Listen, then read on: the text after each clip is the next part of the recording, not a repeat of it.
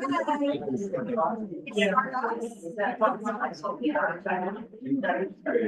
it on? Yeah. Okay, all right, bye. Sorry. Please stand for the pledge. Or are we missing one? No, she has a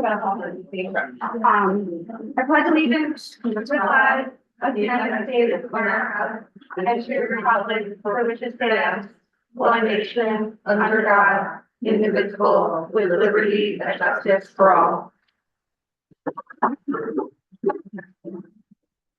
The village and town of Newport boards humbly acknowledge that we are on the traditional lands of the Munsee, Esopus, and Lenape people. The Indian Removal Act of 1830 forced the people to relocate to inhospitable territory far from the bountiful valley and mountains we inhabit today. The village and town further acknowledge that much of the physical structure of our village and town was built by enslaved Africans who labored as the property of their owners until 1827 on this very land. We acknowledge and honor the contributions, resilience, and accomplishments of the BIPOC community, Black, Indigenous, and people of color, who have overcome historic injustice to inform our past and inspire our future. The village and town of New Paltz encourage everyone to learn more about the contributions and sacrifices made by the Indigenous people and enslaved Africans by visiting these sites. If you have resources that you believe should be included here, please contact us. Thank you. Thank you, Stevie. So, we have we put together a wild agenda for tonight. So, I think here's my suggested run of show for the evening. Because it depends on how many people comment, how much we will get through basically, because we have a public hearing and then a bunch of meetings, right? So my suggestion is first we'll invite Dr. Scott Minkoff, from the Benjamin Center to help give us some framing and some more information to ground tonight, talk about consolidation and have the boards talk first for a little bit. Don't worry, not holding off public hearing too much, but still need to reflect from last time.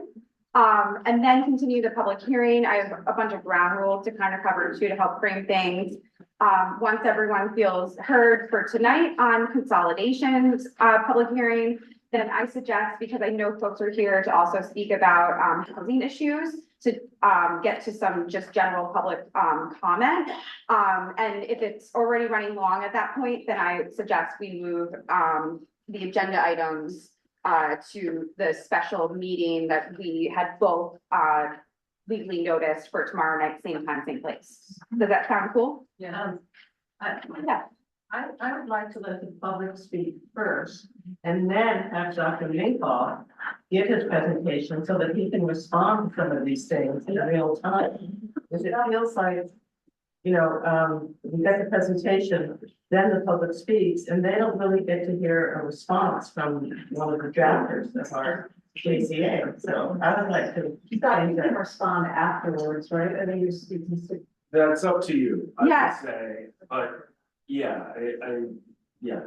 Yeah, I would invite Scott to stick around. It's no pressure, but I will stick around as long as consolidation is being discussed. thank you. If you could do that, that would, I think, be really good. But we didn't have a lot of, not everybody spoke after last meeting. And I know I, for one, had to watch it 2 more times since to, kind of figure out edits and whatnot that I would like to make. And I know I can't be the only one. So I know I've been hearing from people that they're not feeling heard. So we could cut it to quick presentation from Scott, quick go around from the board, then hear from everybody, and then make sure, we continue from there. Is that okay? Yeah. Cool. Okay. Yes. Awesome. Thanks, everyone. So first, so Scott, come on up. Feel free to hang out in that chair as much as you want. You're Sure. part of the team, who knows what's going on here, and take it away. The transcript on? Yes. I believe so. I think it's already set up, and then we have to pull it from the cloud after the fact. Looks like Yeah. it's taking it for what it's worth. Thank you. Not closed caption? Well, if the meeting is being recorded, then. It was part of how the meetings were set up. Yeah. So it goes into a cloud folder for a few days. Yeah. Thanks, Kitty. All right, so take it away, Scott. Okay, let's, all right, so first off, thank you for having me here as you sort of work through this, very important and, to some degree complicated, process for New Paltz. That's incredibly important for both the village and town and how it proceeds from here. For those who don't know me in the audience, my name is Scott Minkoff. I'm a professor at SUNY New Paltz, and the director of the Benjamin Center for Public Policy. And I have a long background in local politics, research, and local government, and in fact, local service arrangements and things like that. And so I'm happy to be able to be part of this process by which, we're trying our best to both translate the JCA and the bigger picture context of this to the community. The Benjamin Center and myself don't take a position on the JCA. We do, I have been in the steering committee meetings, full disclosure, but it has not really been my job to craft this. That job really was done by LaBerge, which is a local government consulting company in New York State. I have a pretty short presentation for you here. Is it okay for me to ask for a quick show of hands? Is that appropriate? Go for it, yeah. How many of you were at the last hearing? Okay, good. That's really helpful to know. So, first off, I was not at the last hearing. My colleague KT Tobin was at the last hearing, sitting in this seat, in the middle school, but in this metaphorical seat.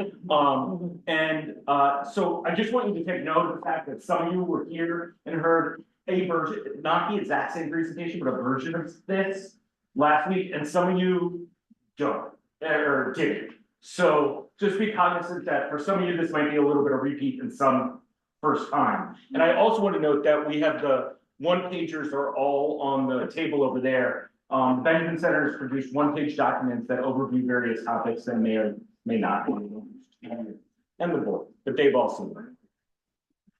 So I'm gonna do a short presentation here, and I'm gonna start. Okay, hold on. Now I gotta give it to me. Is it possible to angle that so people in the audience can see it? I think, Okay. yeah. Sherry.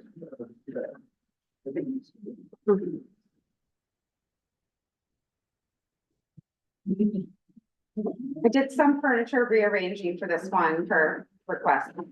Okay, I think that's fine. Is that better? Yes. Yes, okay, so, first off, there's been one public hearing so far, I can look at this screen. And, today you're at the July 15th public hearing, there'll be another public hearing July 29th. You and other people in the community can also submit comments, written comments via email. That information is available here and on the Consolidation website, which is newpaltzconsolidation.com, where all of this stuff also lives. So this is the process by which these two boards get a lot of feedback, and they actually have the opportunity under the state law to incorporate that feedback as they sort of see fit. Mayor and Supervisor, do you want to say a quick thing about how that stuff is going to get incorporated real quick before I move forward? I think you got it. Yeah, if you miss anything, I'll fill in, but basically, this was my plan, was getting us all talking and then making. No, sure I we meant start- like, oh. sorry, like changes to the JCA. Like you guys can incorporate them over the next couple of weeks. Yeah, that's And you the will share plan. them. And then there'll be a final vote on a revised JCA based on the input of the board, based on. Yeah, and definitely, LaBerge has been super helpful with kind of like enumerating, like listing out changes as they've been happening. So we'll be able to share like a track changes, like list, Right, we'll have there'll be a red line version. Is that Yeah. right? Yeah, okay, great. Okay, so I want to start substantively by saying what consolidation is and what consolidation is not. So the first two slides there are what is consolidation. Consolidation is a structural change. The two governments become one government. The incorporated village, if consolidation proceeds, will go away. and the town will remain. It's not as if a third new government appears. It is the old town stays the old town. It just absorbs the village. What does that mean? One of the things that means is that current village services, employees, assets, and obligations all transfer over to the town under this process. The former village would then become the hamlet of New Paltz, which is not a, which is more just a boundary for designating service provision districts, which we can talk about in a little bit if you want. That way, the village residents can continue to receive and pay for as appropriate various services. It's a fiscal change, right? The former village levy gets spread out across the larger townwide tax base. This will, and we can talk more about this, estimates, if you're using the most recent completed budget, well, or one budget ago, actually, this will reduce village tax burden about 12 to 14%.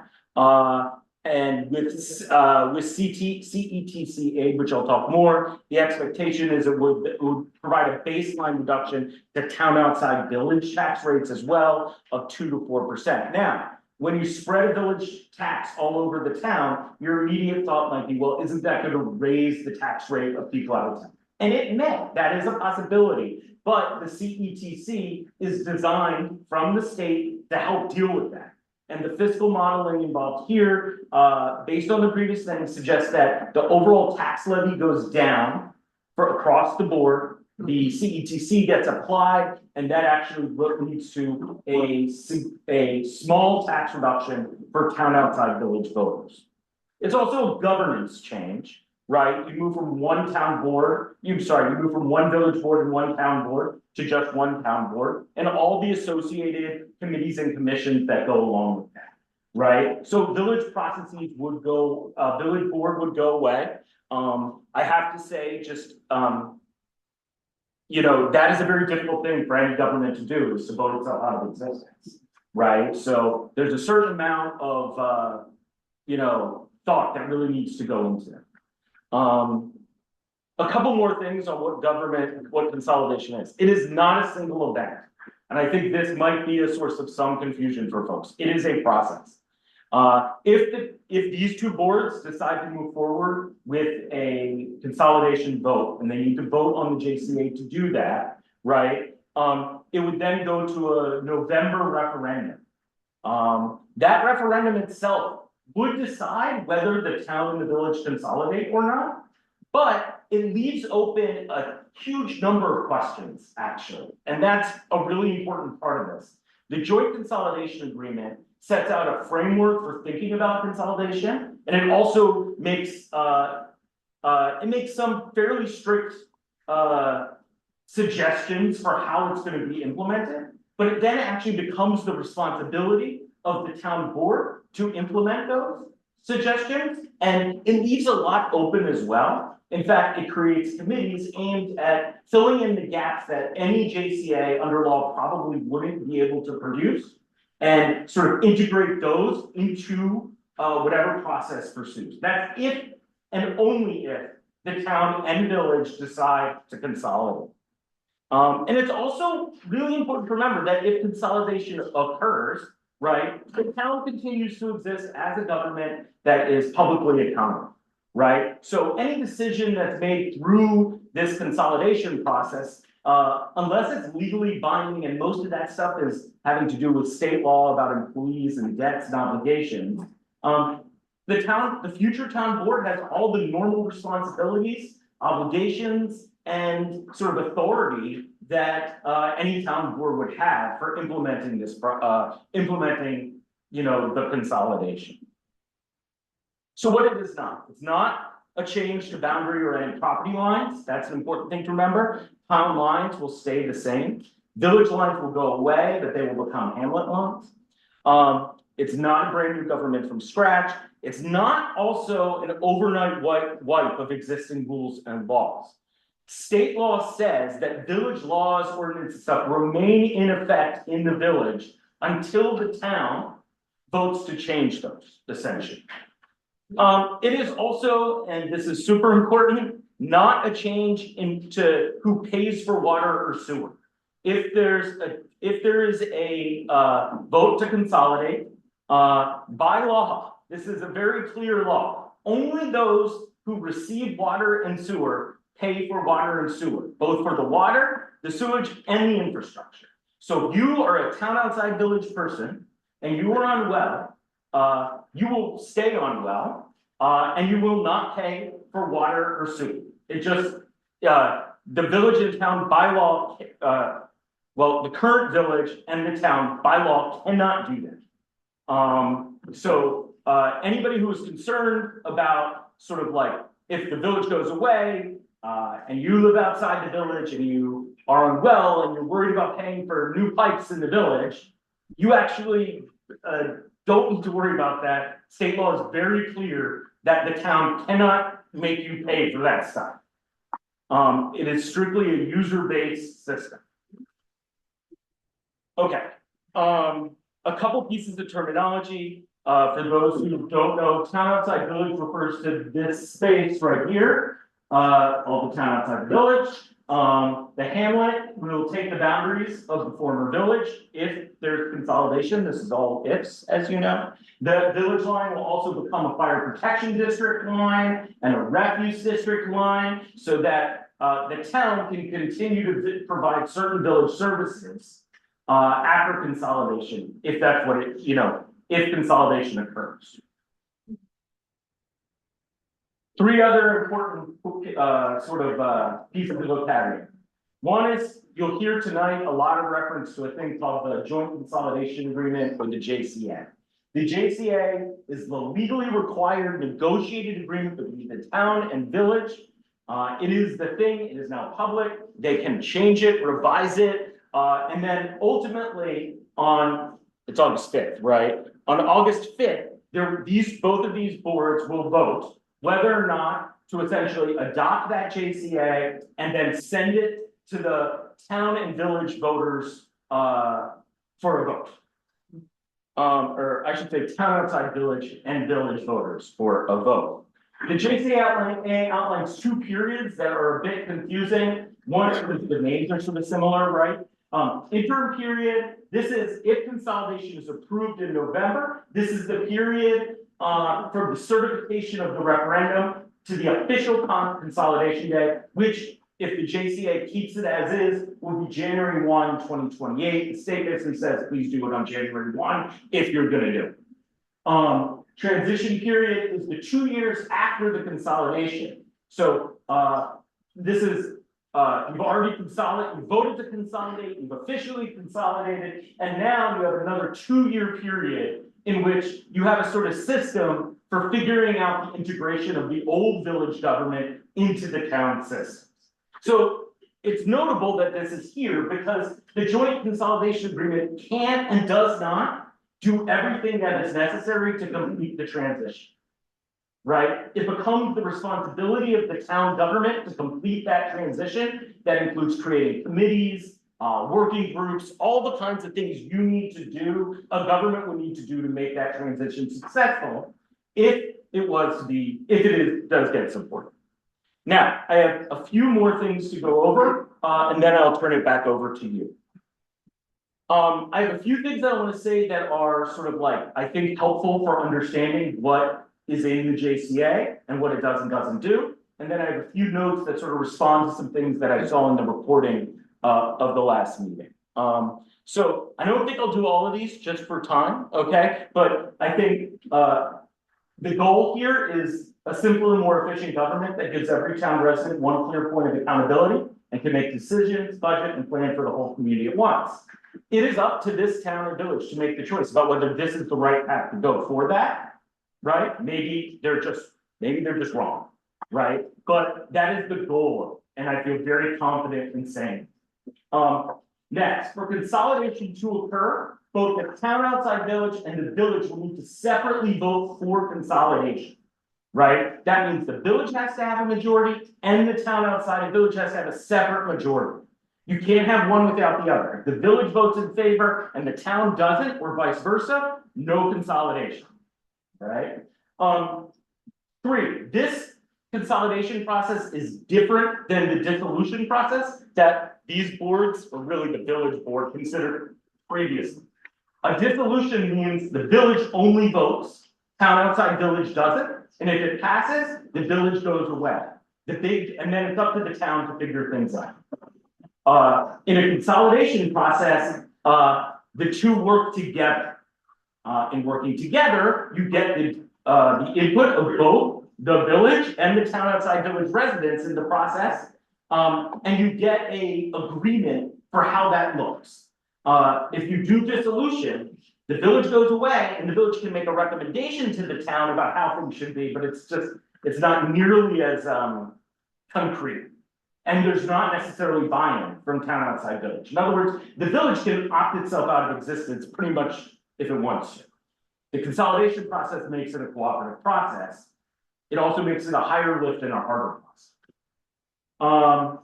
If consolidation occurs, New York State is expected to be providing approximately $1 million, or 1 million, really, not approximately, through the CETC, at least 70% of which must go to tax deduction. There's been a lot of sort of talk about whether or not the town can really expect this $1 million. Here's what I can tell you. The $1 million is determined by formula in state law. It is not like they have a feeling about $1 million. It's based on your tax, basically your tax cap. And if New Paltz consolidates, the formula dictates that they will get $1 million. It has been going to over 20 communities across the state since 2011 consistently. There was I believe a brief 10% reduction during COVID, but it went back to full amount right after COVID. It is like any other state aid that any local government receives in that it is contingent upon state appropriation. But if they stop doing this, you'd have a really angry set of local governments all over the state in the red, the blue, and the purple sections, for sure. I think the town can be pretty confident that this persists, but like anything else, it is still subject to the will of state legislators, right? I can also say I had a recent conversation with Department of State in which it was made clear to me that they are consistently being allocated more money for the CETC than they are actually spending. Right, like the pot of money isn't even close to being used up, at least on its current allocation. Scott, Yeah, could you tell the crowd what CBTC stands? yes, that's a great citizens empowerment tax credit, which is it's a grant given to local governments that reorganize, basically to make it financially in their interest to sort of rearrange in a way that might boost tax rates by allowing those tax rates to be not as significantly impacted. And yeah, let's see, let's go to the next one.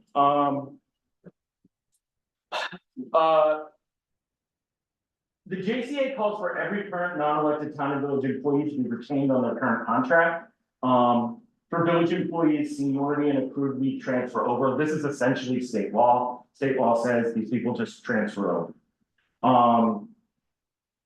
It just is. All services currently provided village will transition to be provided by the town. In the JCA, there's not a single service that's currently provided by the village that isn't specifically dictated as also being provided by the town in the event of consolidation. I already went over, consolidation will not change who pays for water and sewer. And former village residents do keep a voice in town government, but it will change, and that's an important thing to understand. Right now, village residents have representation here on the village board. They also have representation on the town board, in the sense that the town represents the village. If the village goes away, you will not have that village representation. The town has committed in the JCA to ensuring that spots tend to get filled with village residents as openings become available, and they will. Okay, there are some uncertainties in this process. One, project savings, projected savings are estimates, they're not guarantees. That's always the case in the financial model. It's built on recent budgets. Actual results obviously depend on future economic conditions, budgets, inflation, decisions the town board makes, all of that stuff could impact. Right, the best you can do on any financial sort of projection is look at the existing sort of budgets, give people an existing baseline. It'll be up to future boards to decide what the future board, town board budget is. That will determine what the actual tax rate. We already just did this CETC thing. Future boards will make their own choices. I did that, and many specifics get worked out in the transition. I also talked about that. Okay, I have 3 quick clarifications from last hearing. It was noted both directly, I've seen online, and it was said something like this in the hearing, that students and renters will pay property taxes, therefore this decision should be limited to homeowners. I just want to be clear, and I'm sorry if I sort of devolved into political science professor mode here for 1 second, but who can vote is set by state law, not by the local process. The referendum is over the registered voters in the village and town. Property ownership is not and legally cannot be made a qualification for this referendum. Property qualifications were once common in this country. New York got rid of them, I want to be clear, in the early 1800s. And the US Supreme Court ruled on this question more than 50 years ago as any sort of vote that restricts the property owners is a violation of the Equal Protection Clause of the Constitution of the United States of America. So, everybody gets a vote if you're registered here. And it's just, sorry if that was political science stuff and not. No, thank you so much Benjamin's- for that, Okay, because we all know I'm a tenant, so yeah, thank okay, you, I yeah. count. Yes. So there's also been, there were several things said, at the last meeting I noticed in the hearing about where are the numbers. Well, what the numbers are is ultimately your interpretation, but I wanted to just be clear, the JCA is full fiscal estimates. If you open it up, I will read this if you'd like, but I think I won't, right? These are the exhibits in the JCA that go through every single financial. If you're concerned about those or have questions about those, you can email New Paltz. There's a Q&A process on the website.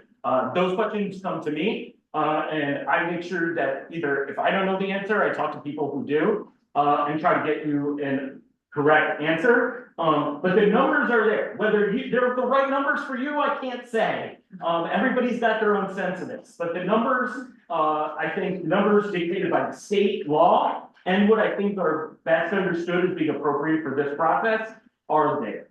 I think this is my last slide, and then I'll turn it over to you guys. There was several points made that if consolidation is expected to produce a net savings, how is it also not leading to service diminution? And ultimately, it is up to the town to provide the services. They will make the choices on what those services look like. That's always the case in any government, particularly local. But I think it's worth noting that both the town and the village are essentially bare bones budgets as is. They are running, there's no slack in the town budget as best as I can tell, and there's no slack in the village budget as best as I can tell. Right? What is happening in this proposed consolidation is those budgets, there isn't much duplication of service that is getting eliminated. All the savings, which are not that much financially, basically come from they come from eliminating the left half of this room, not eliminating them. You know what I mean? Eliminating their positions. You guys continue to live. The 2 planned retirements. So no terminations, just 2 planned retirements and some duplicative purchasing of software and things like that. They don't come from cutting services. So essentially the money that's going to services now will continue to go to services then. They'll just be run through the town government, not the village. I'm gonna pause there. I hope that was helpful. Thank you. And I'm happy to answer questions when it's time, but mostly I'll turn it to you. Yeah, thank you so much. I think that helped frame things because it's important to keep remembering that this process is like ongoing. And we're just at one part of it right now, and it's all, determined by the state law, and like there are going to be some questions that won't be answered ever, but that's life, especially in government. So if the boards had anything that you all wanted to still chew on following last week, we can go from there. If not, we can just go to, be saying some ground rules for public comment on the consolidation issue. The consolidation agreement. I have a few things I wanted to talk about or discuss and find. There's no. Oh, I'm sorry. I had a few things I wanted to talk about. And one, sort of, Scott, were you saying that when the board, when the village, I sorry, want you to be on.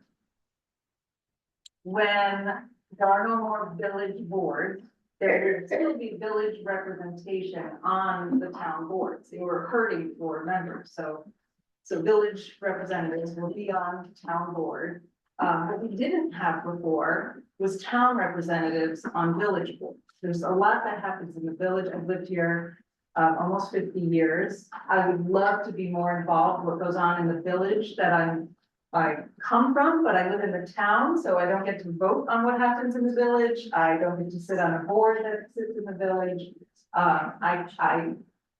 I think one of the wonderful benefits for the town is that we get to look at this as a whole community picture instead of two divided, not divided as in anger, but, you know, we have sometimes confusion and conflict with these sets of two boards and municipalities.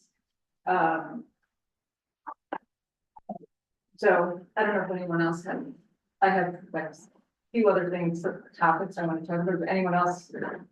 Yeah, Similarly about the board? I mean, I definitely just want to make sure there is space for anyone who didn't talk last time to do so, because I just heard so much from the public, you know, asking kind of like, are you hearing us? You know, are you making changes based on that? And then opening it up, so we don't have to have all of our discussion now, but just if anyone had any input, you know, from last week, say it now. If not, we'll save it for later. If you want to say something. Kind of formulating. You had something published, so you're fine. Everyone read the paper for the deputy mayor's thoughts. Anyone have anything? I guess you guys did speak last week too, so. Yeah, just to share, I have some summary comments that I'd like to make at some point, but I know that I want to keep this meeting as an opportunity for the public Cool. and everyone else. Yeah, that sounds good. Just wanted to make sure, you know, that the public can see that everyone is like taking notes and taking this into account. I know that the comments about adding another like subcommittee about infrastructure and, you know, like buildings and grounds, you know, definitely has been incorporated and discussed at least. So, you know, keep those kinds of comments coming. So with that, I guess let's get into just, Alex, yeah. you mentioned the red line version. Is that available? Can we start looking I don't at know. it now? There's one yet. Yeah, There there isn't is one not yet. They're taking notes there are notes on suggestions. Like an infrastructure committee was just mentioned. Those will be incorporated into this document to be shared. I think what the goal is next meeting, is that correct? Or there'll be another hearing, so the goal would be to, I guess, as quickly as possible. Before the next meeting if possible. Yes, I think that's right. I just note that you still have a hearing, so you gotta keep that in mind as well. Yeah, the hearing does stay open. We're taking comments in writing up until the Monday of that week. So yeah, were we able to get a red line in advance of the 29th? It could be Or is as that- is at that point. Yeah, Right. yeah, as is at that Sure. point. This would be great, because, you know, then we only have a few days to Yeah. actually incorporate the red line into the thing that we're gonna vote on. So as much as we could get in advance would really be great. And one of the things I would like to have us thinking about is that last fall, Mayor Rogers suggested that maybe the village needed to hire a village manager to help with consolidation. And I'm just wondering if we want to build that into the JCA as a town manager. Because we're gonna be asking half as many people to do twice as much work. And we might just want to at least budget for that. We can always not do it if we don't need to, but it just feels to me, just listening to all of this, looking at our JCA, there's going to be a lot of work to do.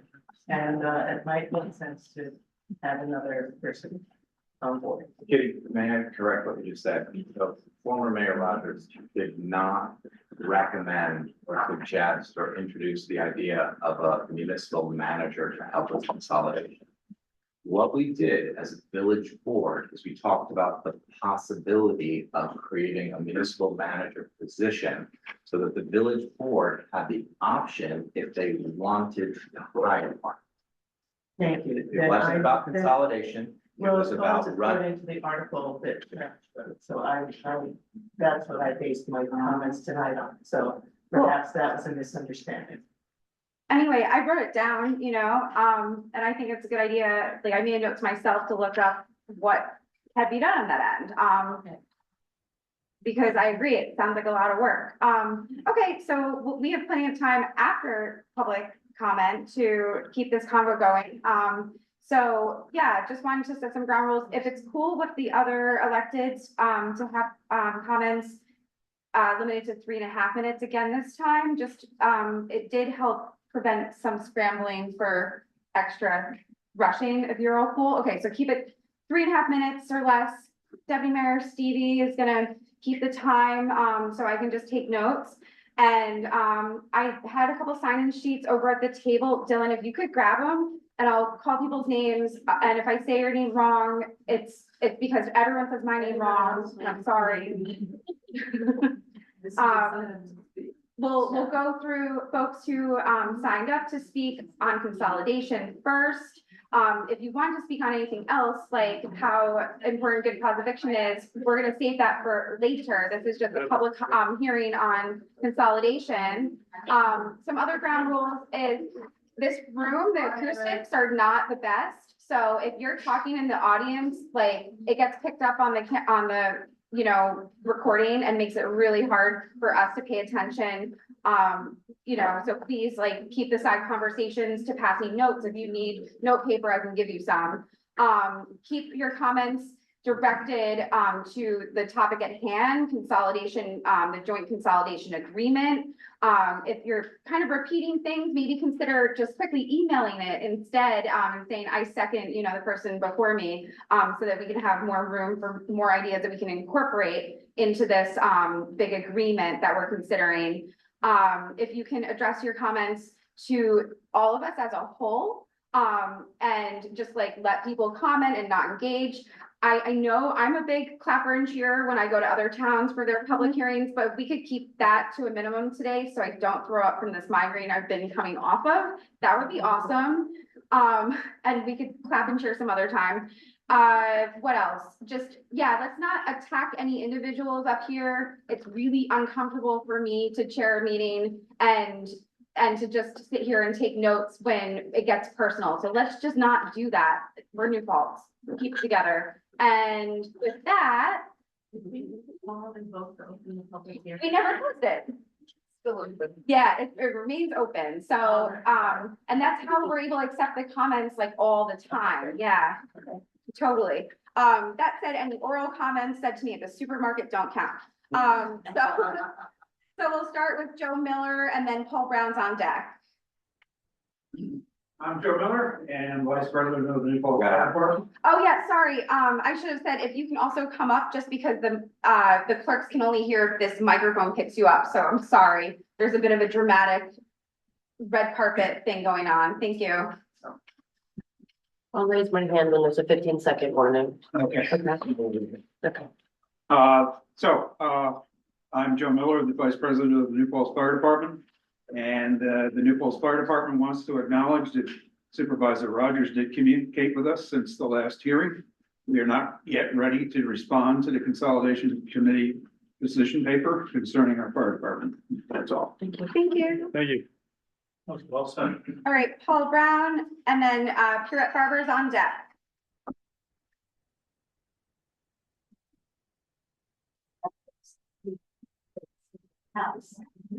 Good evening. My name is Paul Brown. I live in New Paltz. I feel I should open now by saying I come not to bury the JCA. I come to help you make it better in time for that vote. I think you know that. The current version of the joint consolidation agreement, however, shows no evidence of having benefited from the relevant evidence-based research studies conducted by the Rockefeller Institute of Government, where distinguished professor of political science, Dr. Lisa K. Parshall, found that, and this is a quote of her paper, residents more frequently reject juice dissolution as symbolic of community decline rather than embrace it as a pathway to modernization and lower taxes and efficiencies. That's just what the people are thinking in New York State. The truth is, if you follow the money, as some have said, you find that the majority of the dissolved villages simply needed the money. They could not survive economically. Those 20 out of what, 560 needed the money, most of them. The village of New Paltz in no way matches the profile of villages in New York State who have chosen to dissolve or disincorporate or consolidate with local towns, as clearly shown by the research of Dr. Penju Zhang. I don't want to sound political science either, but I'm a psychologist. Dr. Zhang, a graduate of Syracuse University, is an associate professor in the School of Public Affairs and Administration at Rutgers University. Professor Zhang looked at the post-dissolution, after the dissolution occurred, in many of these, more than these 20 towns, other towns that weren't getting the CETA. Professor Zhang looked at them, and he looked at the economic impact on both the people in the village and the town outside the village. I don't like that term. It does sound divisive, but I know it's not meant to be. His study showed, and here's his quote, "Dissolution is more likely to be considered and approved in a village where the economy struggles, the population declines, political trust erodes, and fiscal health deteriorates." That's not our village. In other words, the research suggests dissolution may not be as appealing or take place in economically strong and politically dynamic areas like we have here. We're fortunate to. Regarding any predicted economic savings, that's been woven into this JCA.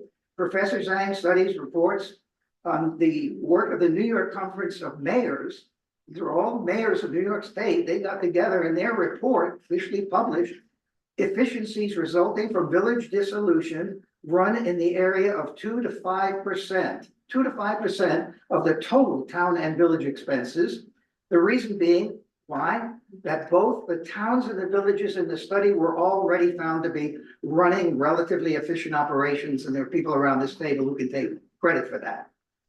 But you may not get our vote for anymore. The village of New Paltz, located in what is commonly referred to as a college town, as you continue to work on this flawed document, please take a look at the villages of Alfred, home to Alfred University, the village of Brockport, home to SUNY Brockport, the village of Casanova, home to Casanova, Highland Falls, home to West Point, and our town. I'm going to take a second more because he took up a lot of my time that I'm supposed to be with my family. Our own village of SUNY New Paltz has had 10 of these kinds of meetings since 1949. And there have been at least 3 of them that took 5 minutes. The first in 1966 projected dissolution, 59 to 41 and 257 to 106. At best, this document is vague and unsupported. An agreement to agree is no agreement at all. You can do better. You can ask yourself if these whereas statements are true to you personally, if you've negotiated enough. I've seen no negotiations. And if you want me to trust you and many other voters, this revision is necessary. I hope you can get it done by August, but if you can't, please take the time. You're the one putting yourself under pressure, not me. Thank you. Thank you. Okay, Kira is next, followed by Susan Piotti.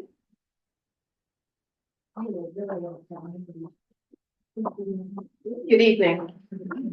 My name is Pierrette Barber. I'm a longtime resident, homeowner, business owner, and working mother in the town of New Paltz. I'm a candidate for the Ulster County Legislative District 17, the town of New Paltz and Esopus, and I co-lead the Indivisible New Paltz Group. Most of us at some point in our lives have had to make a significant decision that may have impacted several people in our lives and different parts of our lives. A few of us may have said afterwards, I wish I had known that piece of information before I made this decision. Hindsight, as we know, is 2020. I am respectfully requesting that each one of you acknowledge that you do not have all the information that we need to be certain that this is the best decision in the interest of the majority of the people that you represent and you serve, and who will be impacted by your decision to go forward at this time. The reason I am certain that you do not have all the information needed is because the devastating effect of all the federal cuts have not fully reached New York State. We know it is going to be bad. It would take a year to 18 months, as the projections are, for New York State government to fully comprehend the impacts and make the significant budgetary adjustments that will need to be made to ensure that New York State can continue to meet the needs of all of its citizens. Essential services, fixed costs, and mandated line items will be the first and the highest priority. Conversely, non-essential or non-required expenses will most likely be cut.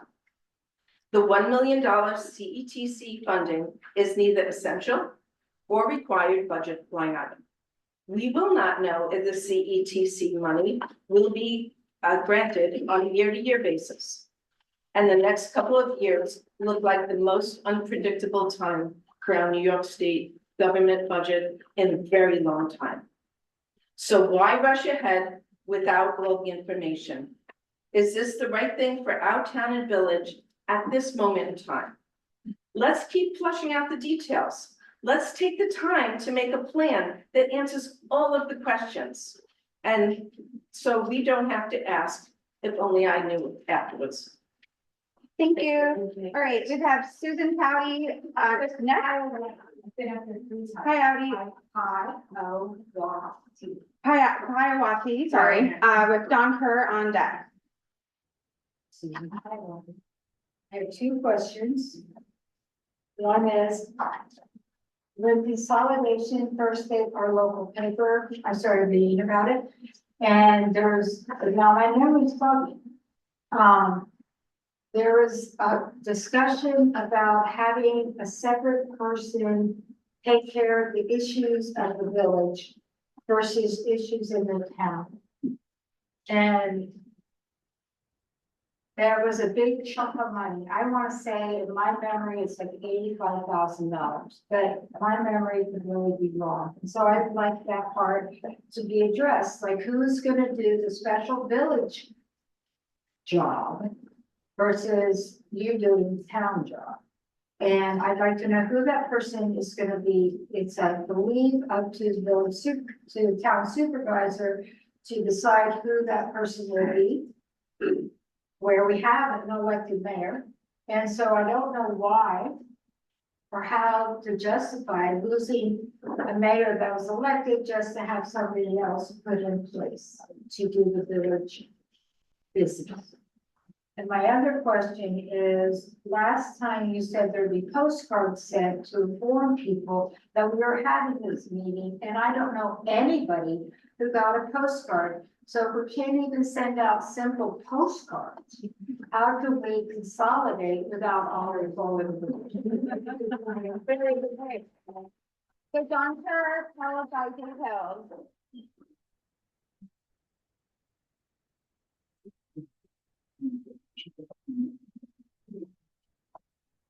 Sit down so I don't have to pull my laptop up. Come on up.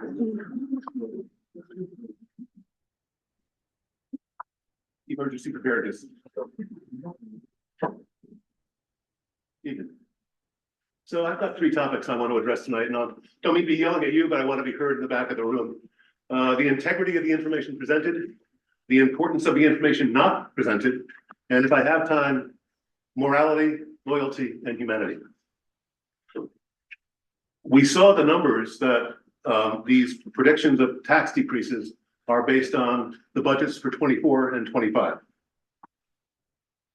This is a 100-year decision based on year one and maybe year two, but there's no facts or consideration of years 3, 4, 5, and beyond.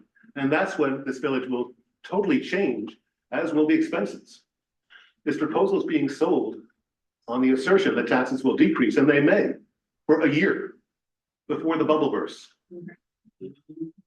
Right after the time period described in the presentation, New Paltz Apartments is gonna fill up. And they're gonna need police, fire, rescue squad, and DPW services.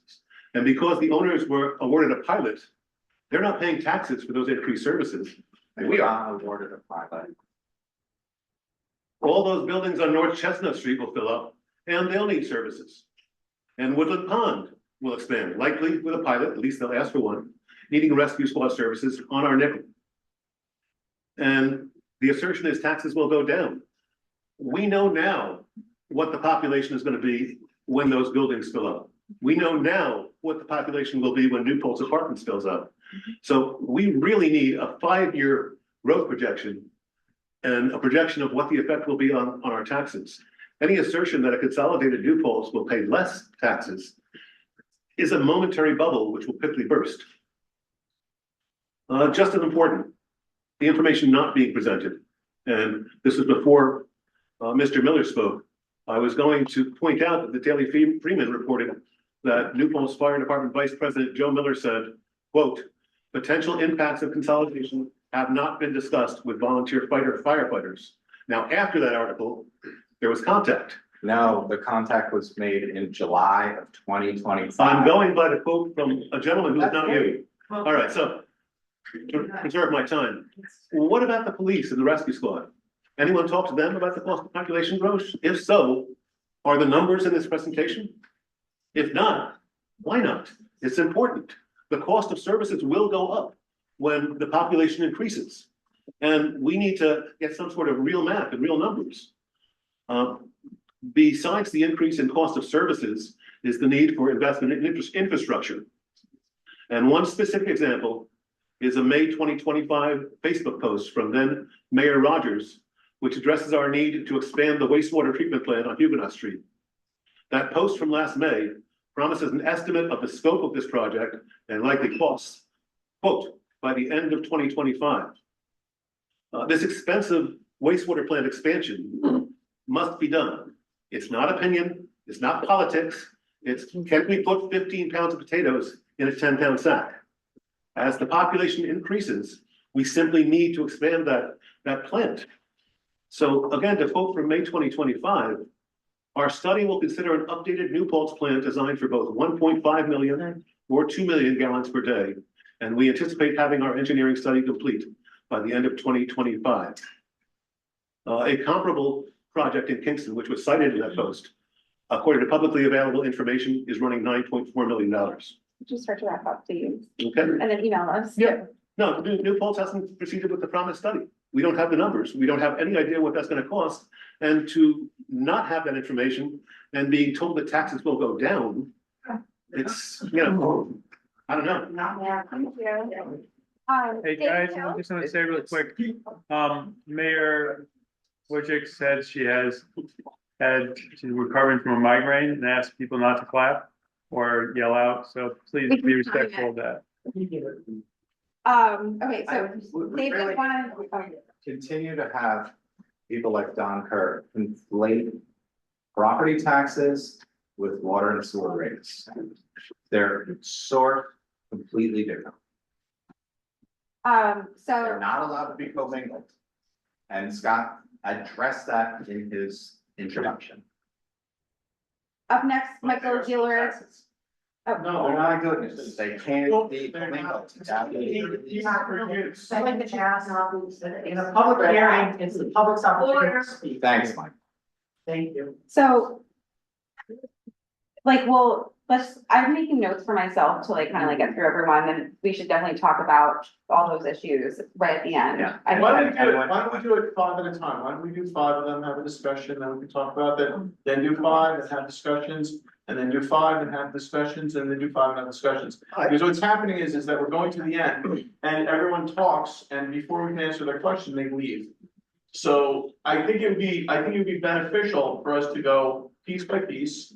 So we've done about 5, right? There's been some things here when we talk about those 5, and then. Exactly the next 5. 5 people. Okay, Um, does that sound like? anyone opposed? We are. Okay, so, Yeah.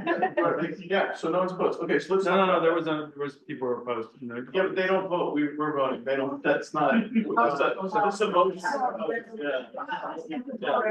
Yeah. So How's the village? I agreed earlier in the meeting to do the format. And we're the voters. I agreed earlier in the meeting to do the format that the mayor and the chair proposed, so that's the format I'm ready.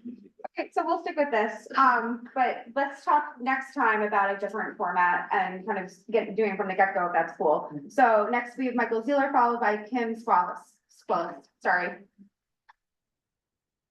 Thank you. Before my time starts, I didn't mean any disrespect. It's, public hearings are I know. intense But and. Michael, it's also important when people are just like declaring misinformation. No, so I I'm gonna correct understand. them. I I'm understand. gonna that. correct them. Right, and I understand there's a way to do it and there's a time to do it, so I appreciate that. But it's hard, this is a contentious topic, this is a contentious topic and public hearings, not everybody who comes to speak, speaks comfortably, and it's important that town boards and village boards, that elected people or volunteers who sit at public hearings respect the right of the public to say things to the extent of the knowledge that they have, and if there is an opportunity for you to correct it, there can be, but to interrupt, to get disruptive, to be annoyed is not an acceptable behavior for a public hearing. I've been on your side of the table for hundreds of public hearings, and I understand how you Here, please, let's do this. feel. All right, my name is Michael Zeller, I live in New Paltz. I'm going to try to provide points by point for specific sections of the JCA where I think there needs to be some clarification, additions or amendments. The JCA is silent or thin on many of the risks, challenges, and additional costs of eliminating the village government. It also gives little information on how or who made decisions that led to this draft JCA. I have a number of comments which I'll provide in writing. Tonight, I'm only going to give you a sample. I hope that the JCA can be amended to answer these questions, provide numbers, data, rationales, and background information. Section 4.8.3.5 related to the New Paltz Fire Department. Who would be responsible for the administrative functions required to fund and maintain a fire department currently carried out by the village? Please detail all of these administrative costs and the mechanism by which that could take place. Section 4.B.2.3, what is the evidence that led to the conclusion in the JCA that a hamlet fire protection district is, quote, the most straightforward option at this time, unquote? Identify, please, who was consulted and involved in making this decision. 3, also related to that section, why should we create a hamlet fire protection district and then later eliminate it to expand to include just a single district? Why incur those additional legal costs to produce maps, reports, and the filing fees associated with it? Why not just create a fire protection district that's townwide in the first place?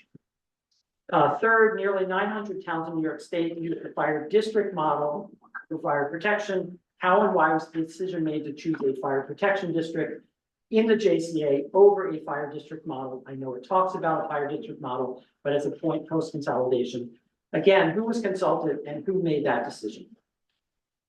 Employees of the village and town section 7.C, 7.C2, and 7.C3. References to municipalities making quote unquote their best efforts regarding transfer of employees with no adverse impacts will only be able to occur after the vote for consolidation, as Scott pointed out, this and many other things. Therefore, there are no guarantees. This risk should simply be highlighted in the JCA. It is not a certainty. Town Hall, section 7.C.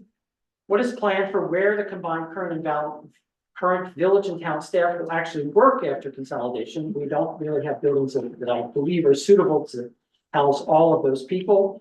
Therefore, including the JCA, buildings and infrastructure plan regarding where government will be housed, meetings will occur, residents will go for services, and etc. 7.D.1.1 and 7.D.2. Please describe a mechanism for explaining how the 7-member town planning board will now manage a doubling of their work. Provide options for how that could be handled and the strengths and challenges of each option. Provide details of the proposed planning department, specifically identify number of employees, their roles, salaries, contractual costs and operational costs. I realize these are estimates, but we need them. And their relationship to the relevant boards, commissions, and committees. Include a paragraph, please, about the village's design review board. Yep. Which is not mentioned. It will be constituted in the town. What will its roles be? What will its jurisdiction be? Will it be only in the village? Will it be town-wide? And will it have regulatory powers or be advisory only? What, sorry, I'm taking notes, man. What was the last one? I know. Design review board. Okay, okay, thank you.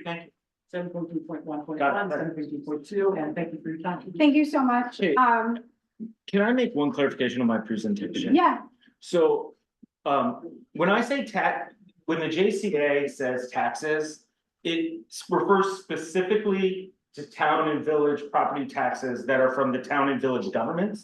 Everybody who lives in New Paltz who pays property taxes directly, pays them, to a variety of sources. Your biggest, property tax bill goes to the schools, and it's entirely set and, rates.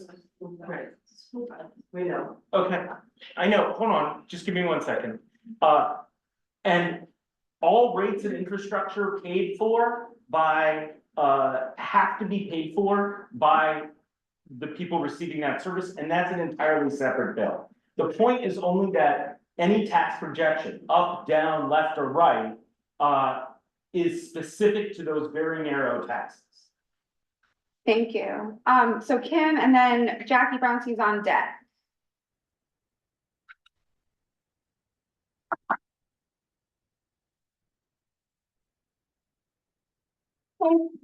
Hi, I really don't have too much to add, but I did take a few notes. The gentleman over here had mentioned about this transition period of 2 years. My understanding, and correct me if I'm wrong, but this transition period is a time that people are looking at what's already been decided, which means there'll be no real input from anyone from the village at that point. It's gonna clearly be a decision of the people on the town that we consolidated into. That 2 year period. It has a committee with both people on. Yeah, but there's really no power that we have anymore. Once the consolidation goes through, we lost that power. So that's one comment. The other thing that I still can't wrap my head around how we are saving money. We're keeping all the employees, which I'm happy about. I love the village employees. I personally don't mind paying a village tax because I value the services I get. I say hi to these people. I know these people and I appreciate them. All right. I don't know how we're going to save money if they're still all being employed. And I'm not suggesting that they shouldn't be. I've spoken to many of them who are not happy about this, do not want this to happen. And I'm behind them personally for that. Having one supervisor, in my opinion, dilutes the focus on the village and it reduces checks and balances. And that's another thing that really concerns me. It also concerns me of, is there going to be any special district created for the village where village residents will actually pay a tax for that? So I'm not convinced that my taxes are going to go down. And I also realize that people have brought this up before about this money, you know, the CET. $700,000 that has to go toward reducing taxes. You multiply that by how many people are in the town and the village. How much are they really going to save? You're talking peanuts here. You're not talking a whole lot of money that's going to make a difference in their tax bill. So, I mean, I'm open to listening to things and rereading things, but I just can't really see this as a viable decision that we should be making for the town or the village. Thank you. Thank you. So next is Jackie Brownstein and then William Weinstein is on deck. Okay.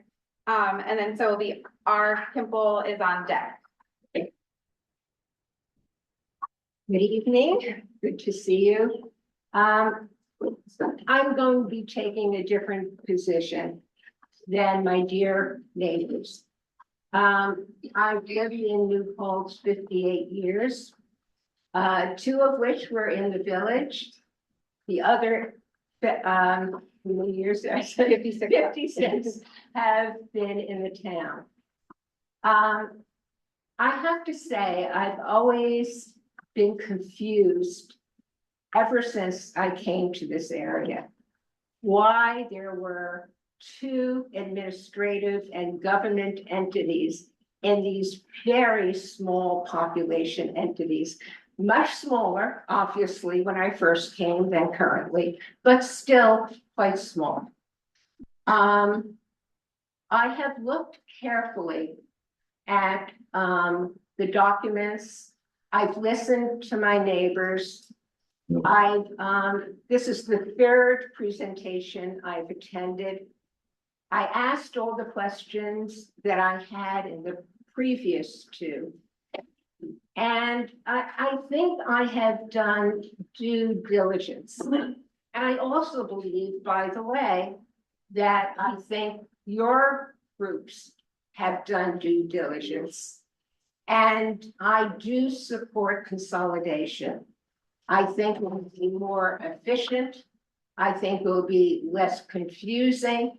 I certainly don't keep track when I'm on a road, if I'm in the town or if I'm in the village, and I take responsibility for both those entities, regardless of where I'm living. I live in New Paltz. My major concern remains the transition period. I'm particularly concerned about the employees and that everything be done to be fair to those employees. And I think, you know, there are certain things that have to be worked out. Obviously, there's negotiation with the unions, but in addition to that, who will be in charge? How will that work? Will there be co-leaders? I still don't see that. And I do understand from Scott's presentation that those questions would not be answered until we go through transition. I just want to be brief. I just want to say I do support consolidation. Thank you. Thank you. So next we had R. Klimpel, followed by Reverend Ellison Moore. Hi, I don't know what is it okay if I just stand here? As long as this picks you up, Yeah, am I picked up my voice generally? I can't tell because I can't see the thing. Okay, yeah. Okay, You're good. Robin Klimble. Okay, I'm gonna say one thing very briefly. And it goes back to communication. I went to middle school tonight, because that's where the two previous meetings were. There was not even a notice on the door, redirected. I redirected two people to come here. That, in light with communication, I do think I need to bring up what someone else brought up at the last meeting. We have a number of students that will be coming back to this, that are voters. If we can't communicate at this level where to meet, what do we have in place to communicate what this whole thing is about to these students who haven't even had the opportunity if they haven't been killed? And I also did not get a postcard. But that's actually an aside. I still have concerns. I understand that existing infrastructure in terms of costs for village and town are separate and are designed to remain separate. My concern is new capital infrastructure, i.e. the waste treatment. And because that is a capital expenditure to whatever consolidated body comes. And I do not know the legality if that is split off also for only the people that will benefit from that water. It is. Or treatment. But I think other people need to be made aware of that. And also any liability that happens with existing infrastructure within the village, i.e. this groundwater. We've all heard it if we haven't had it in our own pipes. That would also fall on residents of the consolidated township. The other issues that I wanted to bring up is, and state funding is not a guarantee. I'm a medical provider. One of my major funding sources had suffered a 20% kick, federal government, federal to state, which trickles down. the cost to those that I service and the lack of service that will result is ridiculous. But I also think that we cannot take that $1 million as a given, projecting it forward. You know, short term maybe, but we all know federal cuts have hit. And there is a trickle down, and it's trickling down very significantly now to state. And my other two issues would be zoning. Town zoning versus village zoning, very different animals. It leads to a very different flavor. It leads to a very different tax base and a very different outlook to our community, which I'm saying writ large. I think that we need to figure out how that's going to happen. I do think this process has so more questions than answers. I still can't wrap my head around, and I would love some clarification as to why this ever came up. Because it's clearly not really a major savings on. Okay, and one last thing, I'm presuming that this is gonna happen on August, whatever. But I'd like some clarification on who's gonna be writing the referendum/resolution that's gonna be sitting on the flip side of any ballot that's presented to anyone on November 4th. That's already been decided at the state level, and basically just says should be consolidated. And who writes that? Because words always matter. Implicitly, you cannot take subjectivity out of something when it can be presented in a more objective We manner. add that language and we should probably. Yeah, I just think that we all need more communication. We all need more information. This is a very big decision that our community writ large is being asked to evaluate and potentially vote on. And it just seems extraordinarily rushed. Thank you. Thank you. Thanks.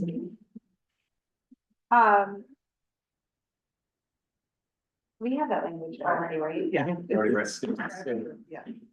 Yeah, okay, we'll circle back to that because it's in there. So next Allison Moore and then Maggie R is on deck. Oh, you didn't. passed. Oh, sorry. Signed up for the wrong thing. Maggie Ramirez, if you wanted to talk, come on up. And then Klaus Yoder, I think wanted to talk on something else. If that's the case, we'll wait, but if not, you're on deck. I also like to stand here as well. Is it picking her up? Yeah, there I go. It's important that you note that the minutes of your last meeting does not reflect any of the details or extensive comments that were provided by the public regarding the plan and the issue of consolidation. There was like nothing was said, you skipped right over it. Hopefully this record will be more detailed and better report of what was said. I understand consolidation is overwhelming and you should know to you and obviously to all of us, but all the more reason to take this off the table and put in the required work as Mike Zierler has recommended, because if you ram this through, it cannot be undone. It cannot be undone. And you will all be held responsible for that decision and repercussions because you have allowed it to proceed without making sure the required information and data is there. While I know there is at least one person who would like to ram consolidation, all of you have a moral, ethical, political, professional obligation and responsibility to the town and village residents of New Paltz. Where is the data? Where is the detail? Where are the assumptions? Where is the map or the facts to support the claims being made in this plan? How can you possibly state, for example, and this has been repeated by several people already, that the CTEC $1 million is a given? You all make it sound like it is. In fact, that money has to be appropriated by the state every year. There are no guarantees on this amount and whether it will always be available, especially given the country's current turmoil. Most importantly, that money is not going to be sufficient to cover village expenses because, as we all know, all expenses are going up. There will be no village services or employees that will be eliminated, but village taxes will go down significantly. Obviously, Obviously, the town baseline taxes will have to be up soon to account for the transfer of village costs. Prove to me, please, that I'm wrong. Will those of you on the town board allow a person to section the consolidation to harm the New Falls taxpayers in order to consolidate power? Why aren't you demanding details and assumptions be clearly laid out for review and discussion by all? What are you on the board for, if at least that? Mr. Rogers wrote a letter to the Hudson Valley One editor stating consolidation is not about a merger. It's about streamlining administration. Well, the town and village has a long history and excellent relationship of shared services and working together without consolidation. Why the heck would you fix something that is not broken and upset the entire apple cart, incur significant new expenses for the town? Consolidation is not changing anything except to 15 consolidate seconds. power, decision-making in all neighborhoods. And finally, I'd like to say that the minutes refer to Tim Rogers as the mayor of New Paltz. Probably an appropriate title, but did anyone even bother to look at the minutes? Sadly, I think this is a reflection of the lack of detail going into the process.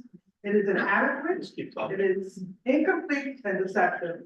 We need to stop this before we create harm and end up paying for this. Can you wrap it up, consolidation, which is not even necessary through the nose. Don't be afraid, we need you all to be courageous. Thank you.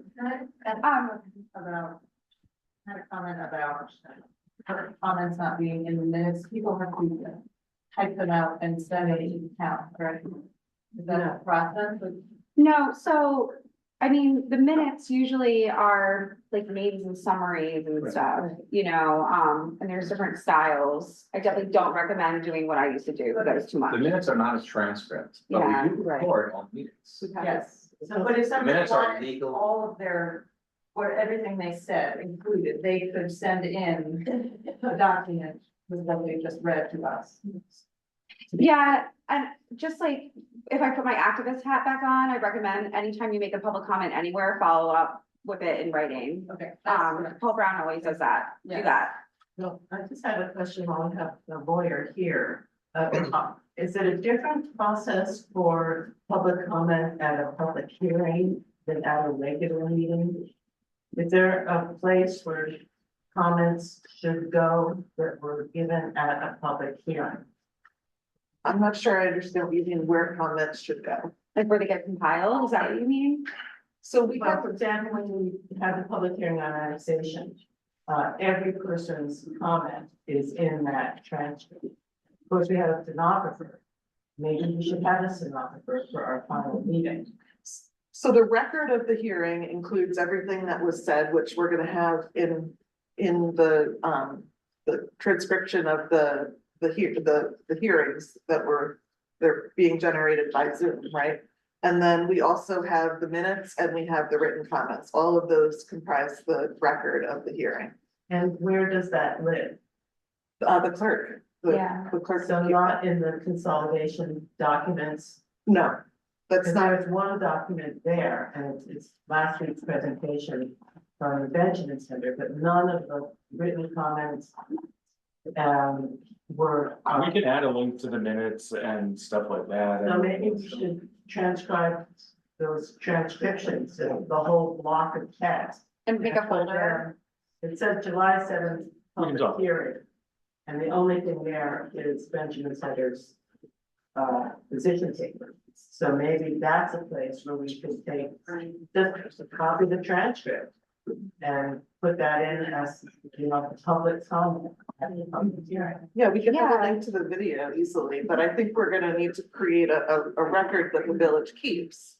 I don't think all of that is gonna go on the website. I don't think that all winds up on there, but we'll follow up on that because it should all be in one spot for sure. And let's make a note and then talk about this more, but let's keep hearing from people. So if I see there's some good cause aficionados on this list, just as I go through, if you're not here for consolidation, just hang tight.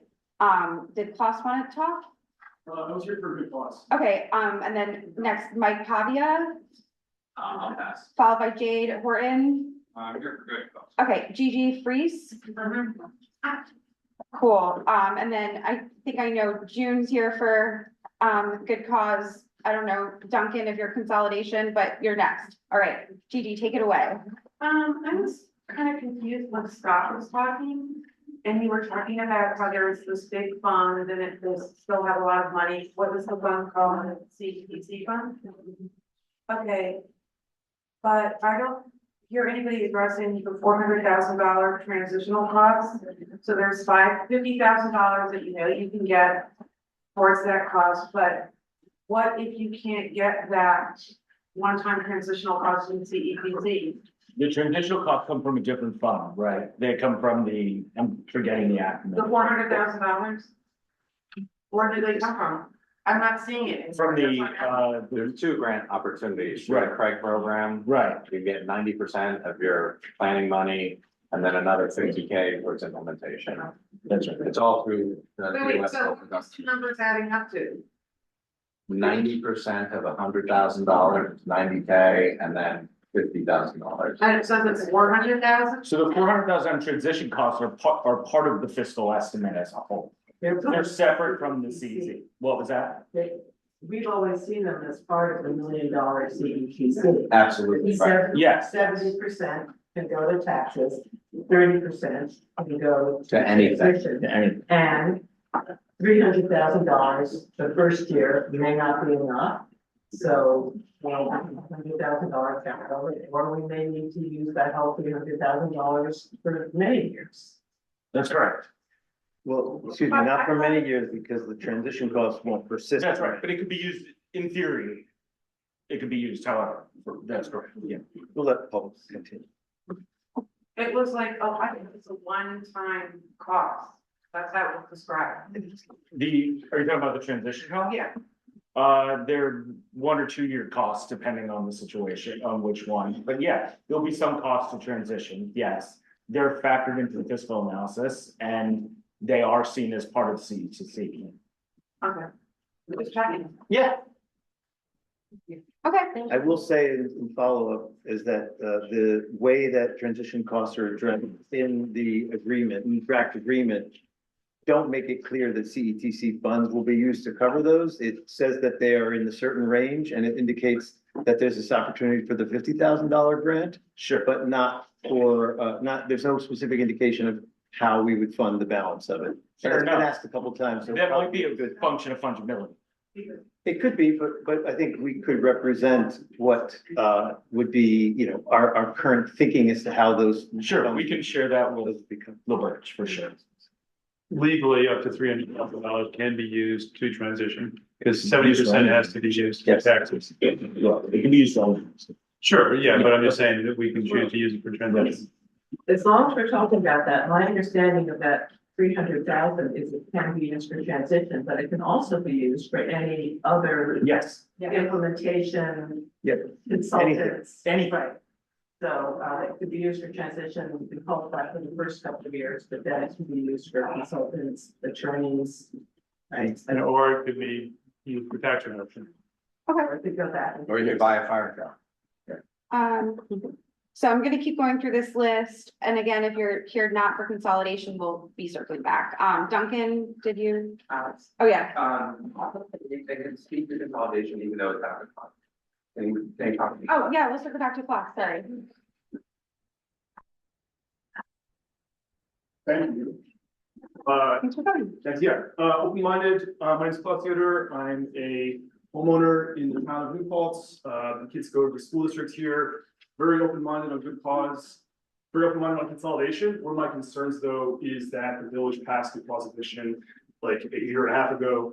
And I'm concerned that if we do consolidation, is it going to extend into the town? And which should happen anyway, but if consolidation were to happen and we lost those protections, then the people who got them in the village would also lose them, that'd be terrible. I'll just say, you know, as someone with kids in the school district, I love the sort of public character of this town, from Elton to Moriello to the school district. And it's a place where there's like class diversity, there's racial diversity. And I think it's at its best when it's accessible to different kinds of people. But you know, as someone who talks to folks who grew up in New Paltz, they say that when they were here in the 90s and 2000s, their class sizes were double what they are now. And for me, that really shows that like there's an affordability crisis that, you know, there's not just a New Paltz problem, it's a national problem, but in New Paltz, rents are high, wages are not particularly high. And so we're seeing working class people being pushed out of being able to live here. And I think that's destabilizing the character of this community.